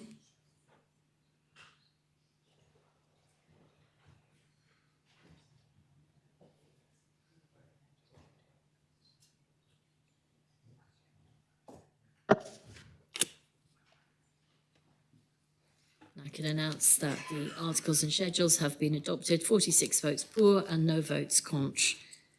Do you propose the matter in third reading, Minister? Yes, I'd like to propose the matter in third reading. Is the matter seconded in third reading? It is, Ma'am. Does any member wish to speak in third reading? Deputy Gorst. Thank you, Ma'am. I just want to thank the officials who've worked on this piece of legislation. It's not been straightforward. They've had to draw on best practice elsewhere. They've worked very closely with the Law Officers Department and, as I say, all authorities involved in fighting financial crime. And I know the Minister would join me in thanking them for what I think is an excellent piece of legislation. Thank you. Does any other member wish to speak in third reading? No other member wishes to speak. I close the debate and call on the Minister to reply. Thank you, Ma'am. I'd just like to echo the words of the Treasury Minister and call for the appel, please. The appel is called for. If members could return to their seats and ask the greffier to open the voting.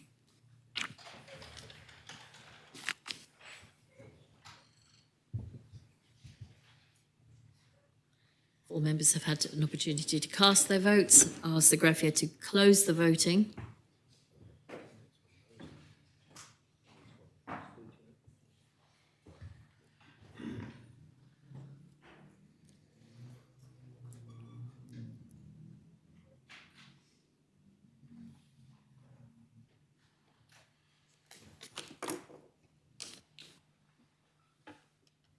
I can announce that the law has been adopted in third reading. There were 48 votes pour and no votes contre. The next item on the order paper is the draft Non-Profit Organisations Amendment of Law Jersey Regulations 2000, P104 of 2022, lodged by the Minister for External Relations and Financial Services, and I ask the greffier to read the citation. Draft Non-Profit Organisations Amendment of Law Jersey Regulations 2000 states to make these regulations under Article 2.3 of the Non-Profit Organisations Jersey Law 2008. Minister. Thank you, Ma'am. Again, I'm sorry that I am working from home, but I'm grateful for the digital capability. Ma'am, Jersey, as members will know, has a long-term policy of compliance with the highest international standards in the area of combating money laundering and the financing of terrorism. This government, as previous governments have, remains absolutely committed to that policy in furtherance of the worldwide and ongoing fight against financial crime. As members will be aware, the FATF, the Financial Action Task Force, is the international body that sets the standards in respect of combating financial crime, and there are a number of changes that are constantly being made. The FATF introduced a specific recommendation, Recommendation 8, in an effort to address existing and emerging threats to non-profit organisations, or what as they are known as NPOs.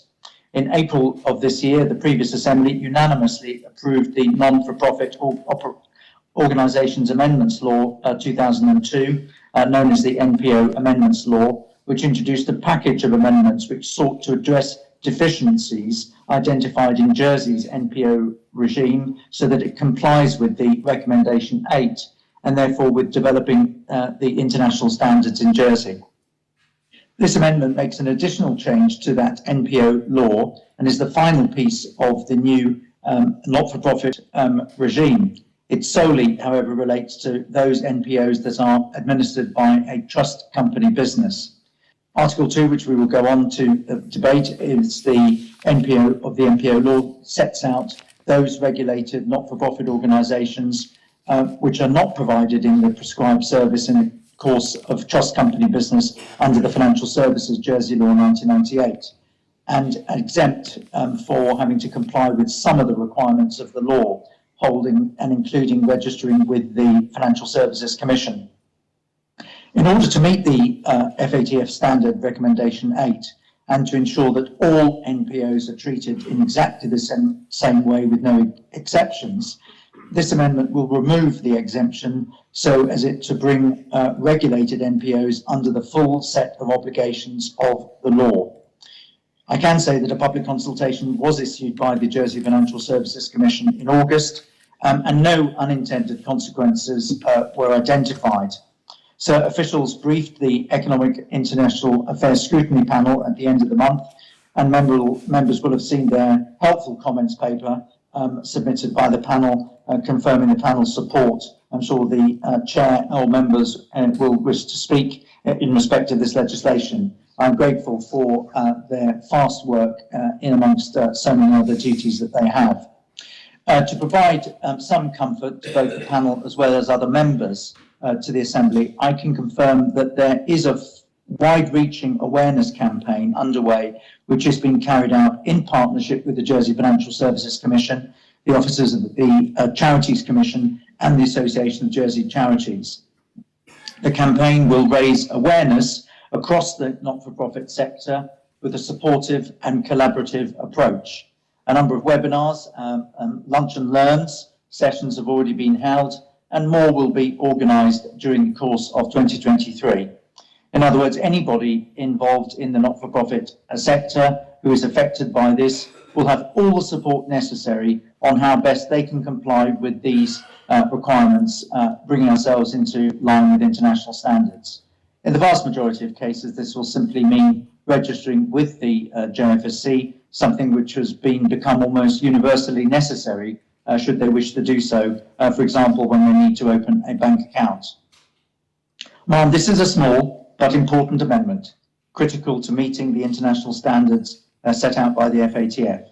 This will be assessed importantly in the upcoming Moneyval evaluation, which was the subject of some discussion in the previous debate, and I hope members will support the proposition. These regulations, if passed, will remove the exemption on Article 2, paragraph 2 of the Not-for-Profit Organisations Jersey Law 2008 for not-for-profit organisations that are provided with a prescribed service in the course of their trust company business. Ma'am, I propose the regulations. Are the principles seconded? Yes, ma'am. Does any member wish to speak on the principles? Deputy Scott. Oh. I'll use this one. Thank you. Yes, just as chair of the Economic and International Affairs panel, just to inform the Assembly that the panel has filed comments on this amendment and that we are supportive of it. Thank you. Does any other member wish to speak?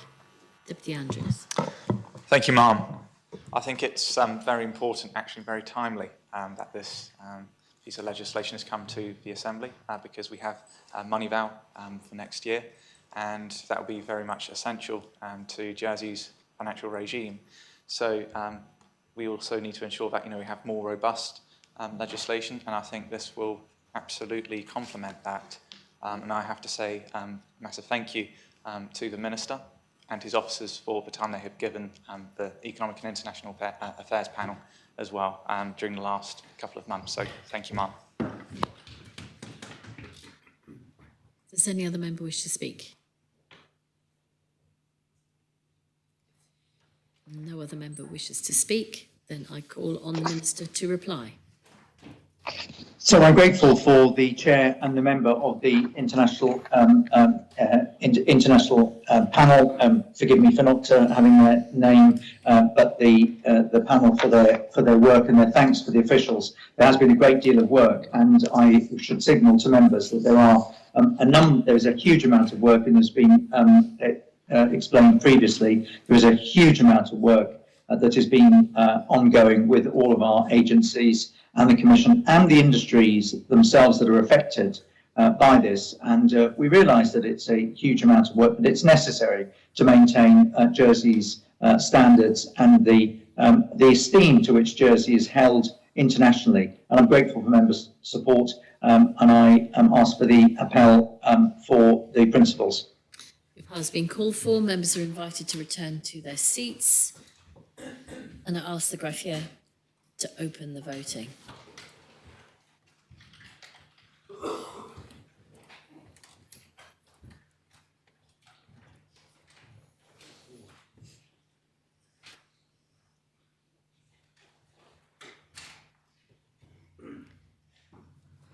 All members have now had the opportunity to cast their votes.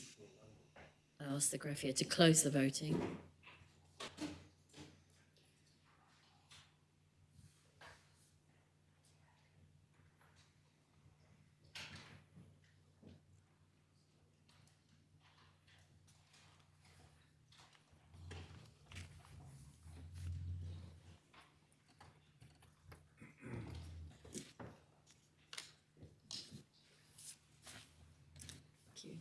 I can announce that the principles have been adopted. There were 46 votes pour and no votes contre. How do you wish to propose the regulations, Minister, in second reading?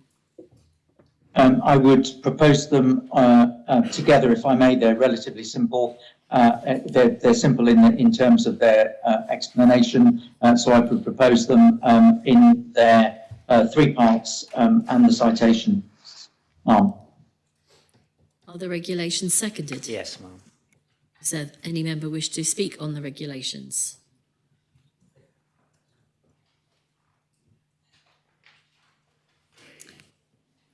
Are you content to take these as a standing vote? The appel has been called for. Members are invited to return to their seats. And I ask the greffier to open the voting.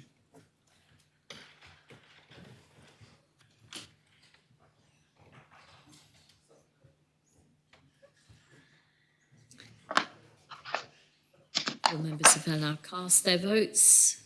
I ask the greffier to close the voting.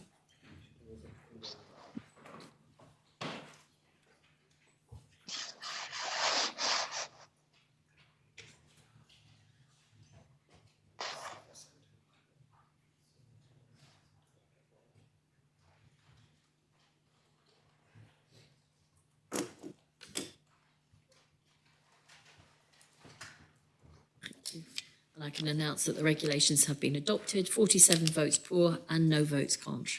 Do you wish to propose the matter in third reading, Minister? I do, ma'am, and in so doing, may I offer particular thanks to all of the officials that have been working on this at speed to bring this matter before the Assembly in such a timely way, and that's officials both within government and outside, and the Charities Commission, and also offer our continued ability to reach out to any organisation that is affected by this, by these regulations, that we are there to assist them and to take them through whatever obligations that they have in a meaningful and proper way, in the way that we normally do. Ma'am, I propose the matter in the third reading. Are the regulations seconded in third reading? Yes, ma'am. Does any member wish to speak?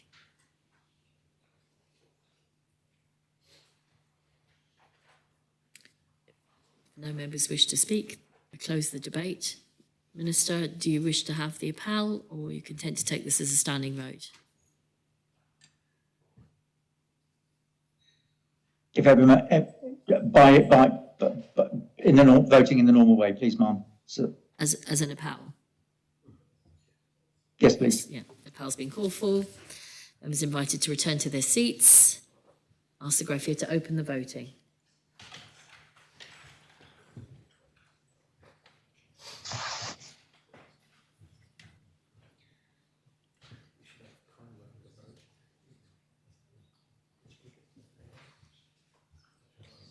All members have now cast their votes. I ask the greffier to close the voting.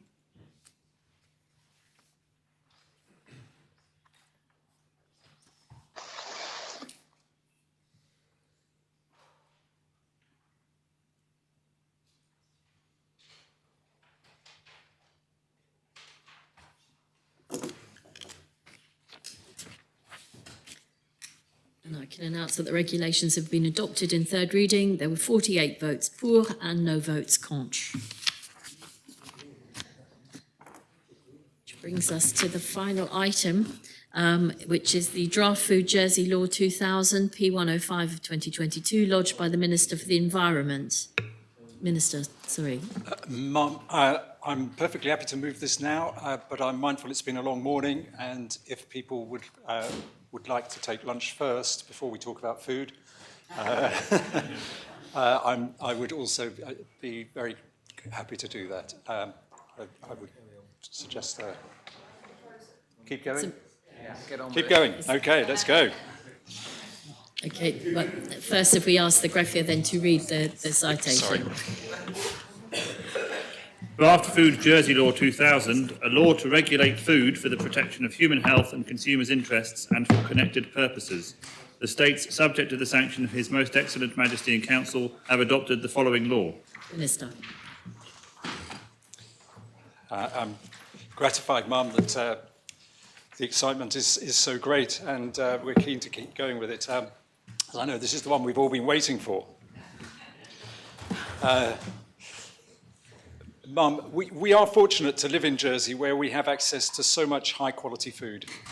Indeed, the reputation of our food has led to Jersey becoming a food destination and to some of our products being exported around the globe. This is due to the hard work and professionalism of our farmers, horticulturalists, aquaculturalists, and those in the dairy and fishing industry. The latter, of course, particularly in our mind at the moment. It is also due to the skill and professionalism of our retail and hospitality industries. And there is another group of professionals who work to ensure our food is as safe as possible and to facilitate seamless imports and exports of food to and from our island, namely our customs officers, plant health specialists, trading standards officers, fisheries officers, the State's Veterinary Service and environmental health officers. They all have an important role in keeping our food safe. Lost my place.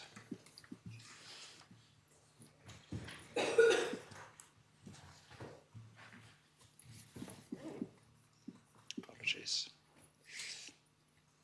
The proposed Food Jersey Law ensures officers have the necessary tools to continue to do their job fairly and effectively.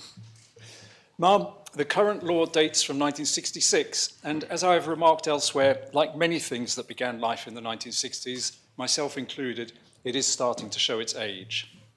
I'm therefore bringing this new food law before the Assembly to modernise regulation of our food industry and make it fit for purpose in the 21st century. I only wish it were possible to have the same kind of thoroughgoing makeover myself. In the next few minutes, I'm going to talk about the law in three different sections. First, I'll look at the background to this legislation, the why, if you like.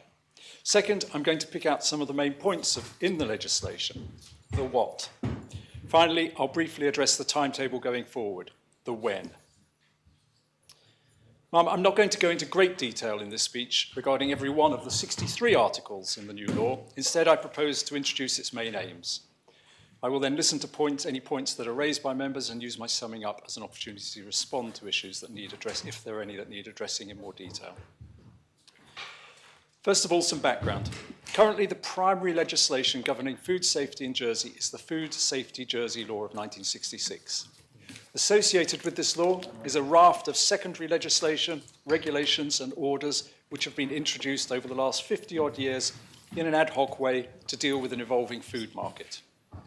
During the years when the UK was part of the European Union, there was also a reliance on European regulations under Protocol 3 to help cover some of the gaps in our own legislation. Then the months approaching Brexit saw regulations and orders being drafted at speed to ensure these gaps were closed.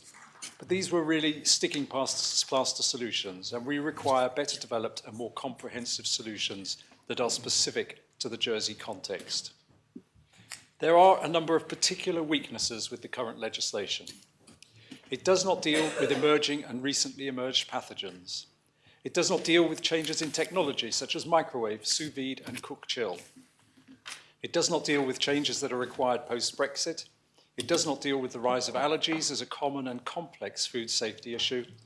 It does not deal with advances in food safety such as HACCP and other food management systems. And it does not give comfort to export partners that Jersey regulated food meets all the required standards. Sitting behind all these points is a bigger point. The public has a greater interest in what it is consuming. So there is much greater demand for information and labelling, for example, to cover methods of production, allergens, or specific ingredients such as palm oil. So the main points of the legislation. This draft law is designed first and foremost to protect consumers by ensuring that food standards are high and that all producers have a clear framework in which to operate. It's also designed to maximise opportunities for the import or export of food whilst safeguarding our hard-run reputation for high-quality food with high welfare standards. The law will facilitate the southern trade route, helping improve food security. Equally important is the confidence the proposed law will bring to those jurisdictions to whom we export, be it the UK to the north, the EU, or other third countries. All are looking for a demonstrably well-regulated industry. This law, along with accompanying regulations, will give the reassurances they seek. The law introduces a regulatory regime which is nuanced and which enables a light-touch approach of persuasive compliance. It allows for appropriate action to encourage compliance with as little interference as possible in ongoing businesses. Safeguarding public safety remains the guiding principle. Each possible regulatory action has routes for discussion and appeal. Should legal appeal be the route taken, this is through the more accessible and less expensive magistrates' court in the first instance. I've just noticed that all the things I changed to ma'am will now have to return to sir. Oh, luckily, if that will be convenient, Deputy. Luckily, I don't believe there's a fine in place for the reverse mistake. It's worth emphasising that there's been considerable consultation on this new law with all stakeholders through multiple avenues. Feedback has been overwhelmingly positive. The law has also been presented to scrutiny, and I'm grateful for their engagement and comments relating to the law. They expressed broad support and sought clarification regarding controls that we might have over the import of food that might be subject to lower or different welfare requirements, such as chlorinated chicken. A response to those comments was published earlier this week, and I'd apologise to the committee for the lateness of that submission. I'll pick up on those points shortly. Sir, I believe that the industry is ready for this law, and it's important to say that most food business operators are already doing what the proposed law requires of them. But I'd like to just pick out a few specific areas to highlight. Article 1 of the proposed law includes a definition of food business. This definition is deliberately broad, and this is to ensure loopholes are closed and that we know who produces what. When investigating foodborne illnesses, it is vital all sources can be investigated. But it's important to emphasise that people cooking occasionally for a school fete or a charity cake sale should not be required to have a licence under Article 6 of the new law. This will come down to regulations, but I can assure members that care will be taken in drafting the licensing regulations to ensure large producers are captured, but genuine occasional producers are not. So when it comes to the import and export of food, Jersey has a delicate path to tread. We need to maximise our freedom to set our own rules for food import and export, whilst at the same time satisfying the UK that we are not a backdoor point of entry into their territory and assuring other jurisdictions that we are compliant with our international obligations. In the last 5 years, we have seen the UK leave the EU and the single market, new free trade agreements concluded between the UK and third countries, which have been extended to Jersey, and we are governed by the extension of World Trade Organization rules to include Jersey. The turbulence these changes have brought about offer both challenges and opportunities to our food business operators. This law provides, at Articles 7 and 8, for regulations that will meet those challenges. I'd also like to draw attention to Articles 19 and 20, which deal with food labelling. The aim here is to provide powers which will enable regulations to be brought forward to deal with, for example, the labelling of allergens. The point to note is that it is the detail of the regulations that will allow us the flexibility to produce labelling that works for Jersey. There will be a need for extensive consultation, which is mandated by Article 60, Part 2, before these regulations are brought in. Nevertheless, it is my intention to move quickly on this. Labelling powers are also necessary as we think about greater consumer demand for information about the type and origin of different ingredients in food, from genetically modified foods to palm oil. One other point. The law also provides for regulations relating to the offering of food that is past its best before dates to the charitable sector. It's a small point, but one that I hope will help in that area. So perhaps the most important point to make about this new food law is that it is an enabling law. Most of the detail will follow with secondary legislation in the form of regulations and orders. The bulk of that follow-up work will in fact be in the form of regulations which require the Minister to return to the States to lodge the regulations for debate. So, for example, the provision of labelling relating to allergies will be dealt with under regulations on which there will be full consultation with all stakeholders before these regulations are brought before this Assembly. Similarly, the licensing of food businesses will require regulations and will therefore come back before this Assembly. The schedule, the final part of what I have to say. So, what happens next? It is clear from what I've said about this law that much of the most important work will follow in the form of secondary legislation. If this law is passed, the intention is to start work on the next steps whilst the law is awaiting royal assent. This will include beginning work to produce codes of practice under Article 5 to provide practical and Jersey-specific guidance for businesses in relation to different aspects of the law. It will also include starting work on regulations relating to licensing of food businesses, for labelling, as already mentioned, and for hygiene regulations. This draft law is good for our food businesses, good for public health, and will give our officers the necessary tools to continue to protect us. It's a Jersey law to regulate food matters in the 21st century for the benefit of Jersey. Sir, I make the proposition on the principles. Are the principles seconded? Does any member wish to speak on the principles? Sir, I wish to raise, apologies for not doing it sooner, a declaration of interest. Yes. In this, I run a business that will require licensing under any food law, as it is a food business by the definition of the law. I don't believe it's a direct financial interest, but I just wanted that on record. Thank you very much, Deputy. I don't think you need to withdraw or anything like that, nor is it a direct interest. Deputy Wall. Sorry, sir, I'm in the same situation as Deputy Curtis. Very well. Deputy Constable St Clements. Same situation, sir. And the Constable Grouville. Same, sir. Yes, you should still nonetheless stand, gentlemen, when you speak. I beg. It's quite right. It's done now. It's getting to the end of the year and all those kinds of things. People getting tired. Constable St Saviour.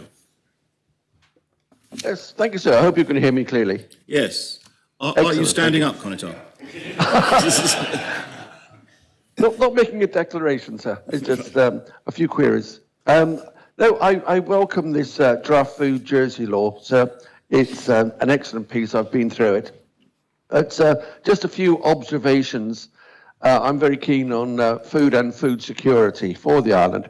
I would dearly love to see an Aldi and a Lidl come to the island, but sadly, I believe their operating models do not fit in with the way the island works and with our population. Now, just a question for the Minister, sir. I know the consume-by dates are very important on products, but there seems to be a trend at the moment to phase out the best before dates. And I wonder if the Minister has any comments on that. Thank you, sir. Very much, Constable. Does any other member wish to speak on the principles? Constable St Clements. Sir, thank you for that. Just something for the future. There's something missing from... Sorry. There's something missing from... Sorry. There's an echo, isn't there, sir? Turn your laptop on silent. Laptop is off. I think we're all right now. Thank you. Just something for the future. We're involved in hospitality, as everybody knows, in this assembly. There is an element that might be missing, and it's an element to do with cross-contamination. There's nothing in the law or the proposed laws that refers to kitchen sizes. In an island where property has got huge value, kitchen sizes are reduced to postage stamps, and that's not satisfactory. I'm wondering if in future the Minister would consider having a look at professional kitchen sizes in the context of estates, buildings, schools, and cafes, because it's becoming very, very difficult to produce food which has no possibility of being cross-contaminated in small spaces with multiple chefs. That's the only thing I would observe. The other thing is a congratulatory remark. I do know that your officers are going around and they are actually speaking to people and training people in a very, very open manner and taking them through the steps, which possibly has not been the case in previous situations. Thank you, sir.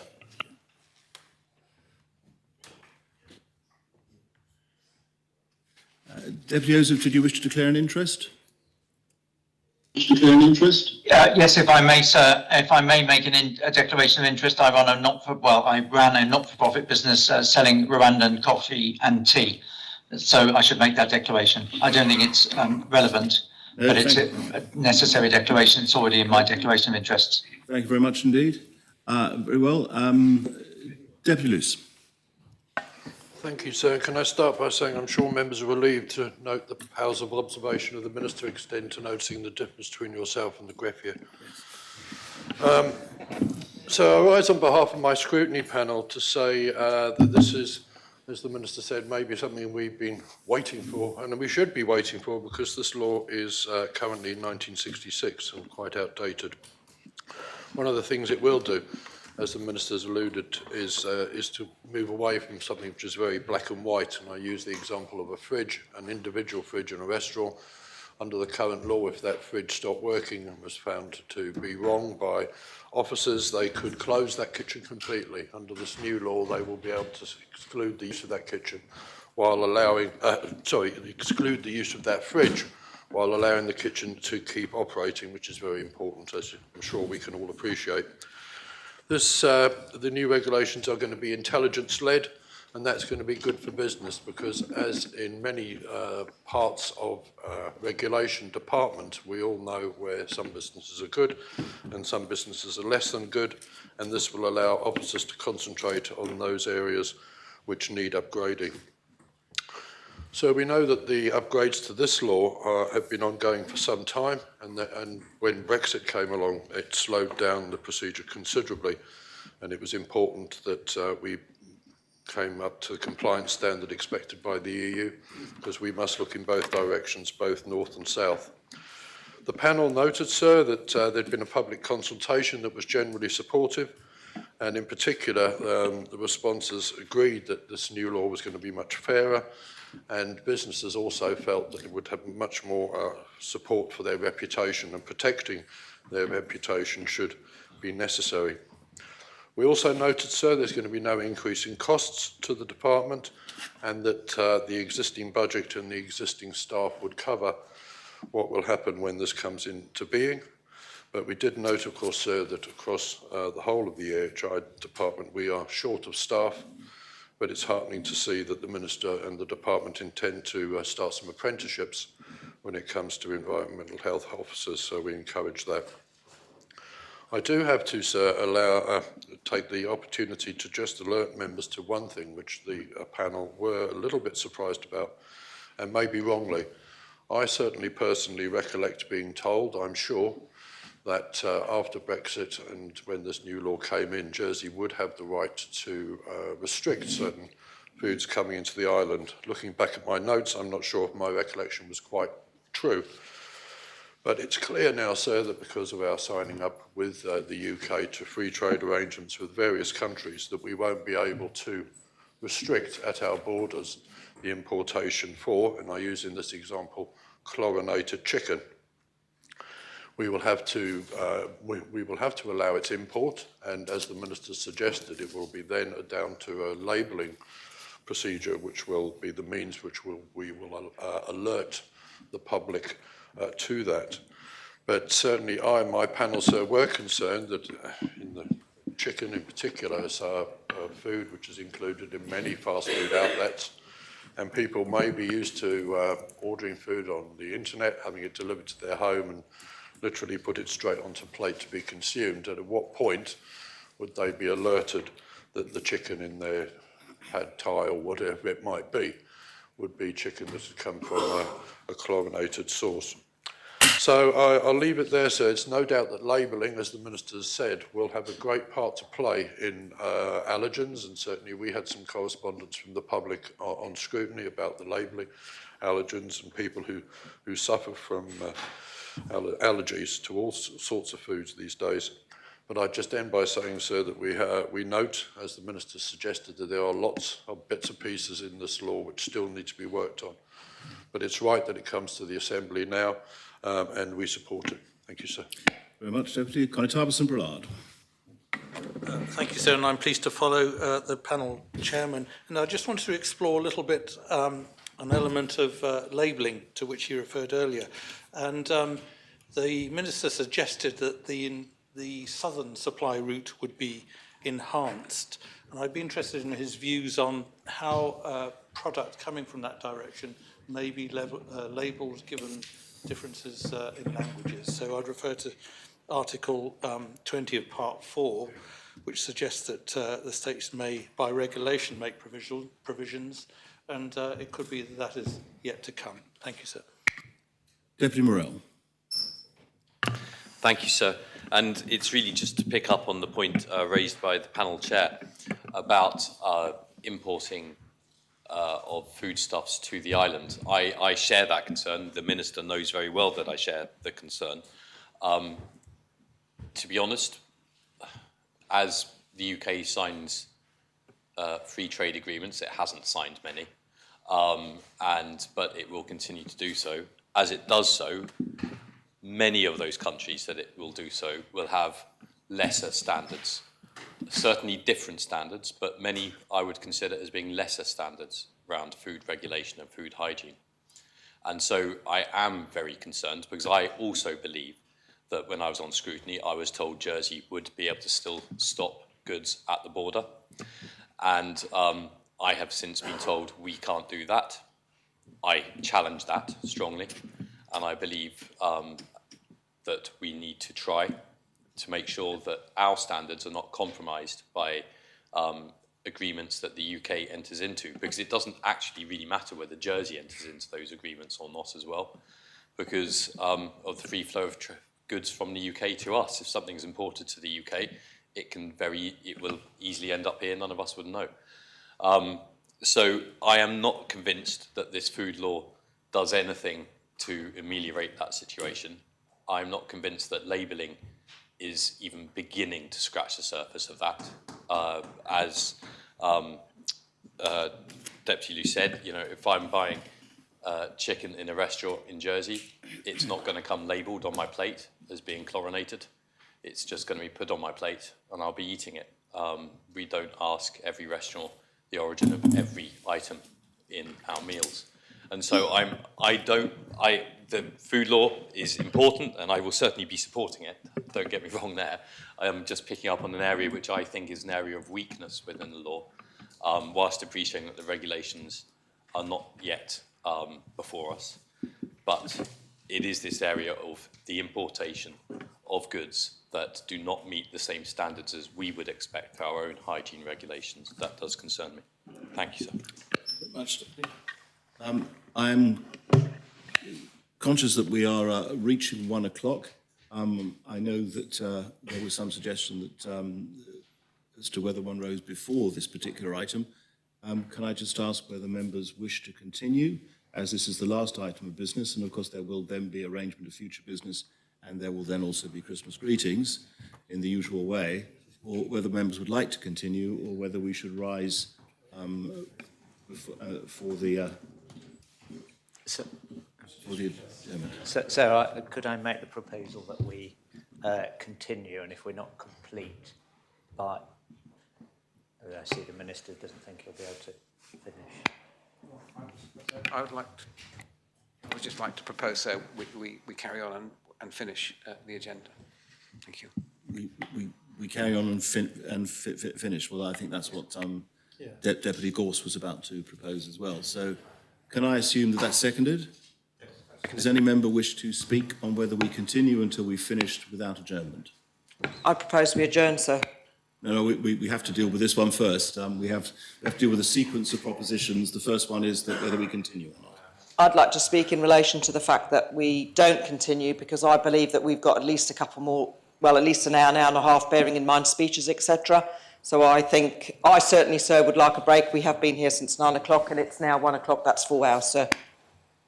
Deputy Morel?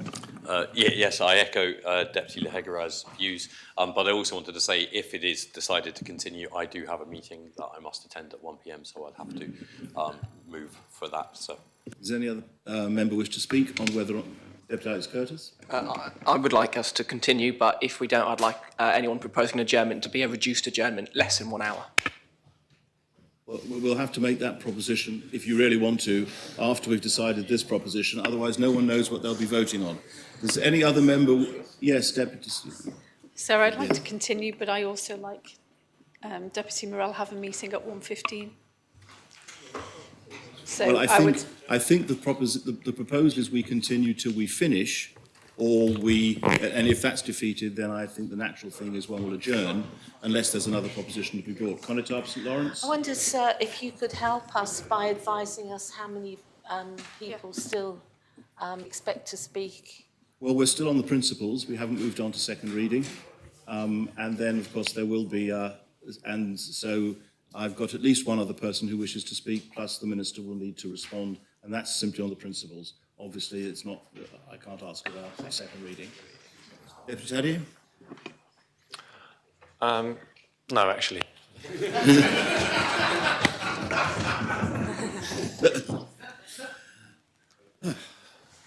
Well, sorry, I went quite faint then for a moment.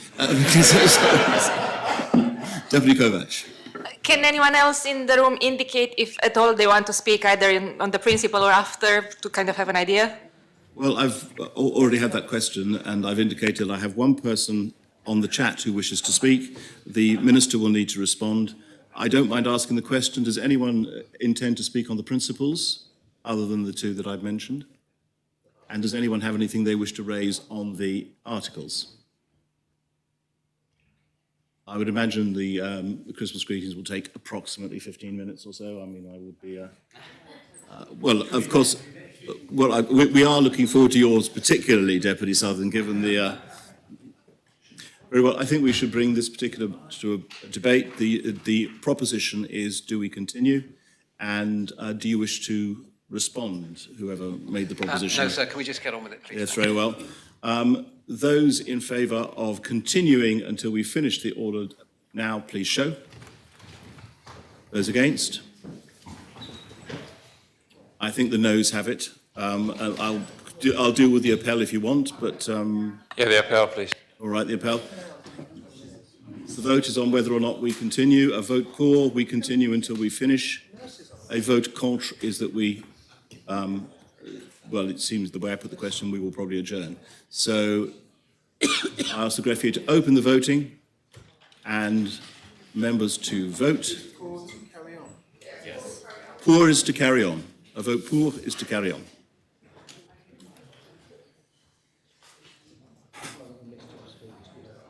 Very well.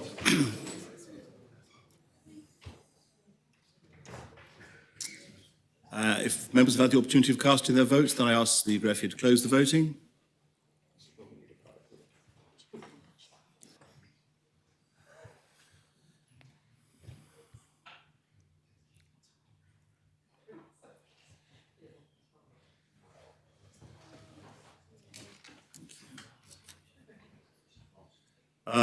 The proposition to carry on has been defeated. 18 votes pour, 23 votes contre, 2 abstentions. Sir, before... It's not been a good week for me, sir. Can I propose the adjournment? The adjournment's proposed in accordance with the standard. The Assembly stands adjourned until 2 o'clock.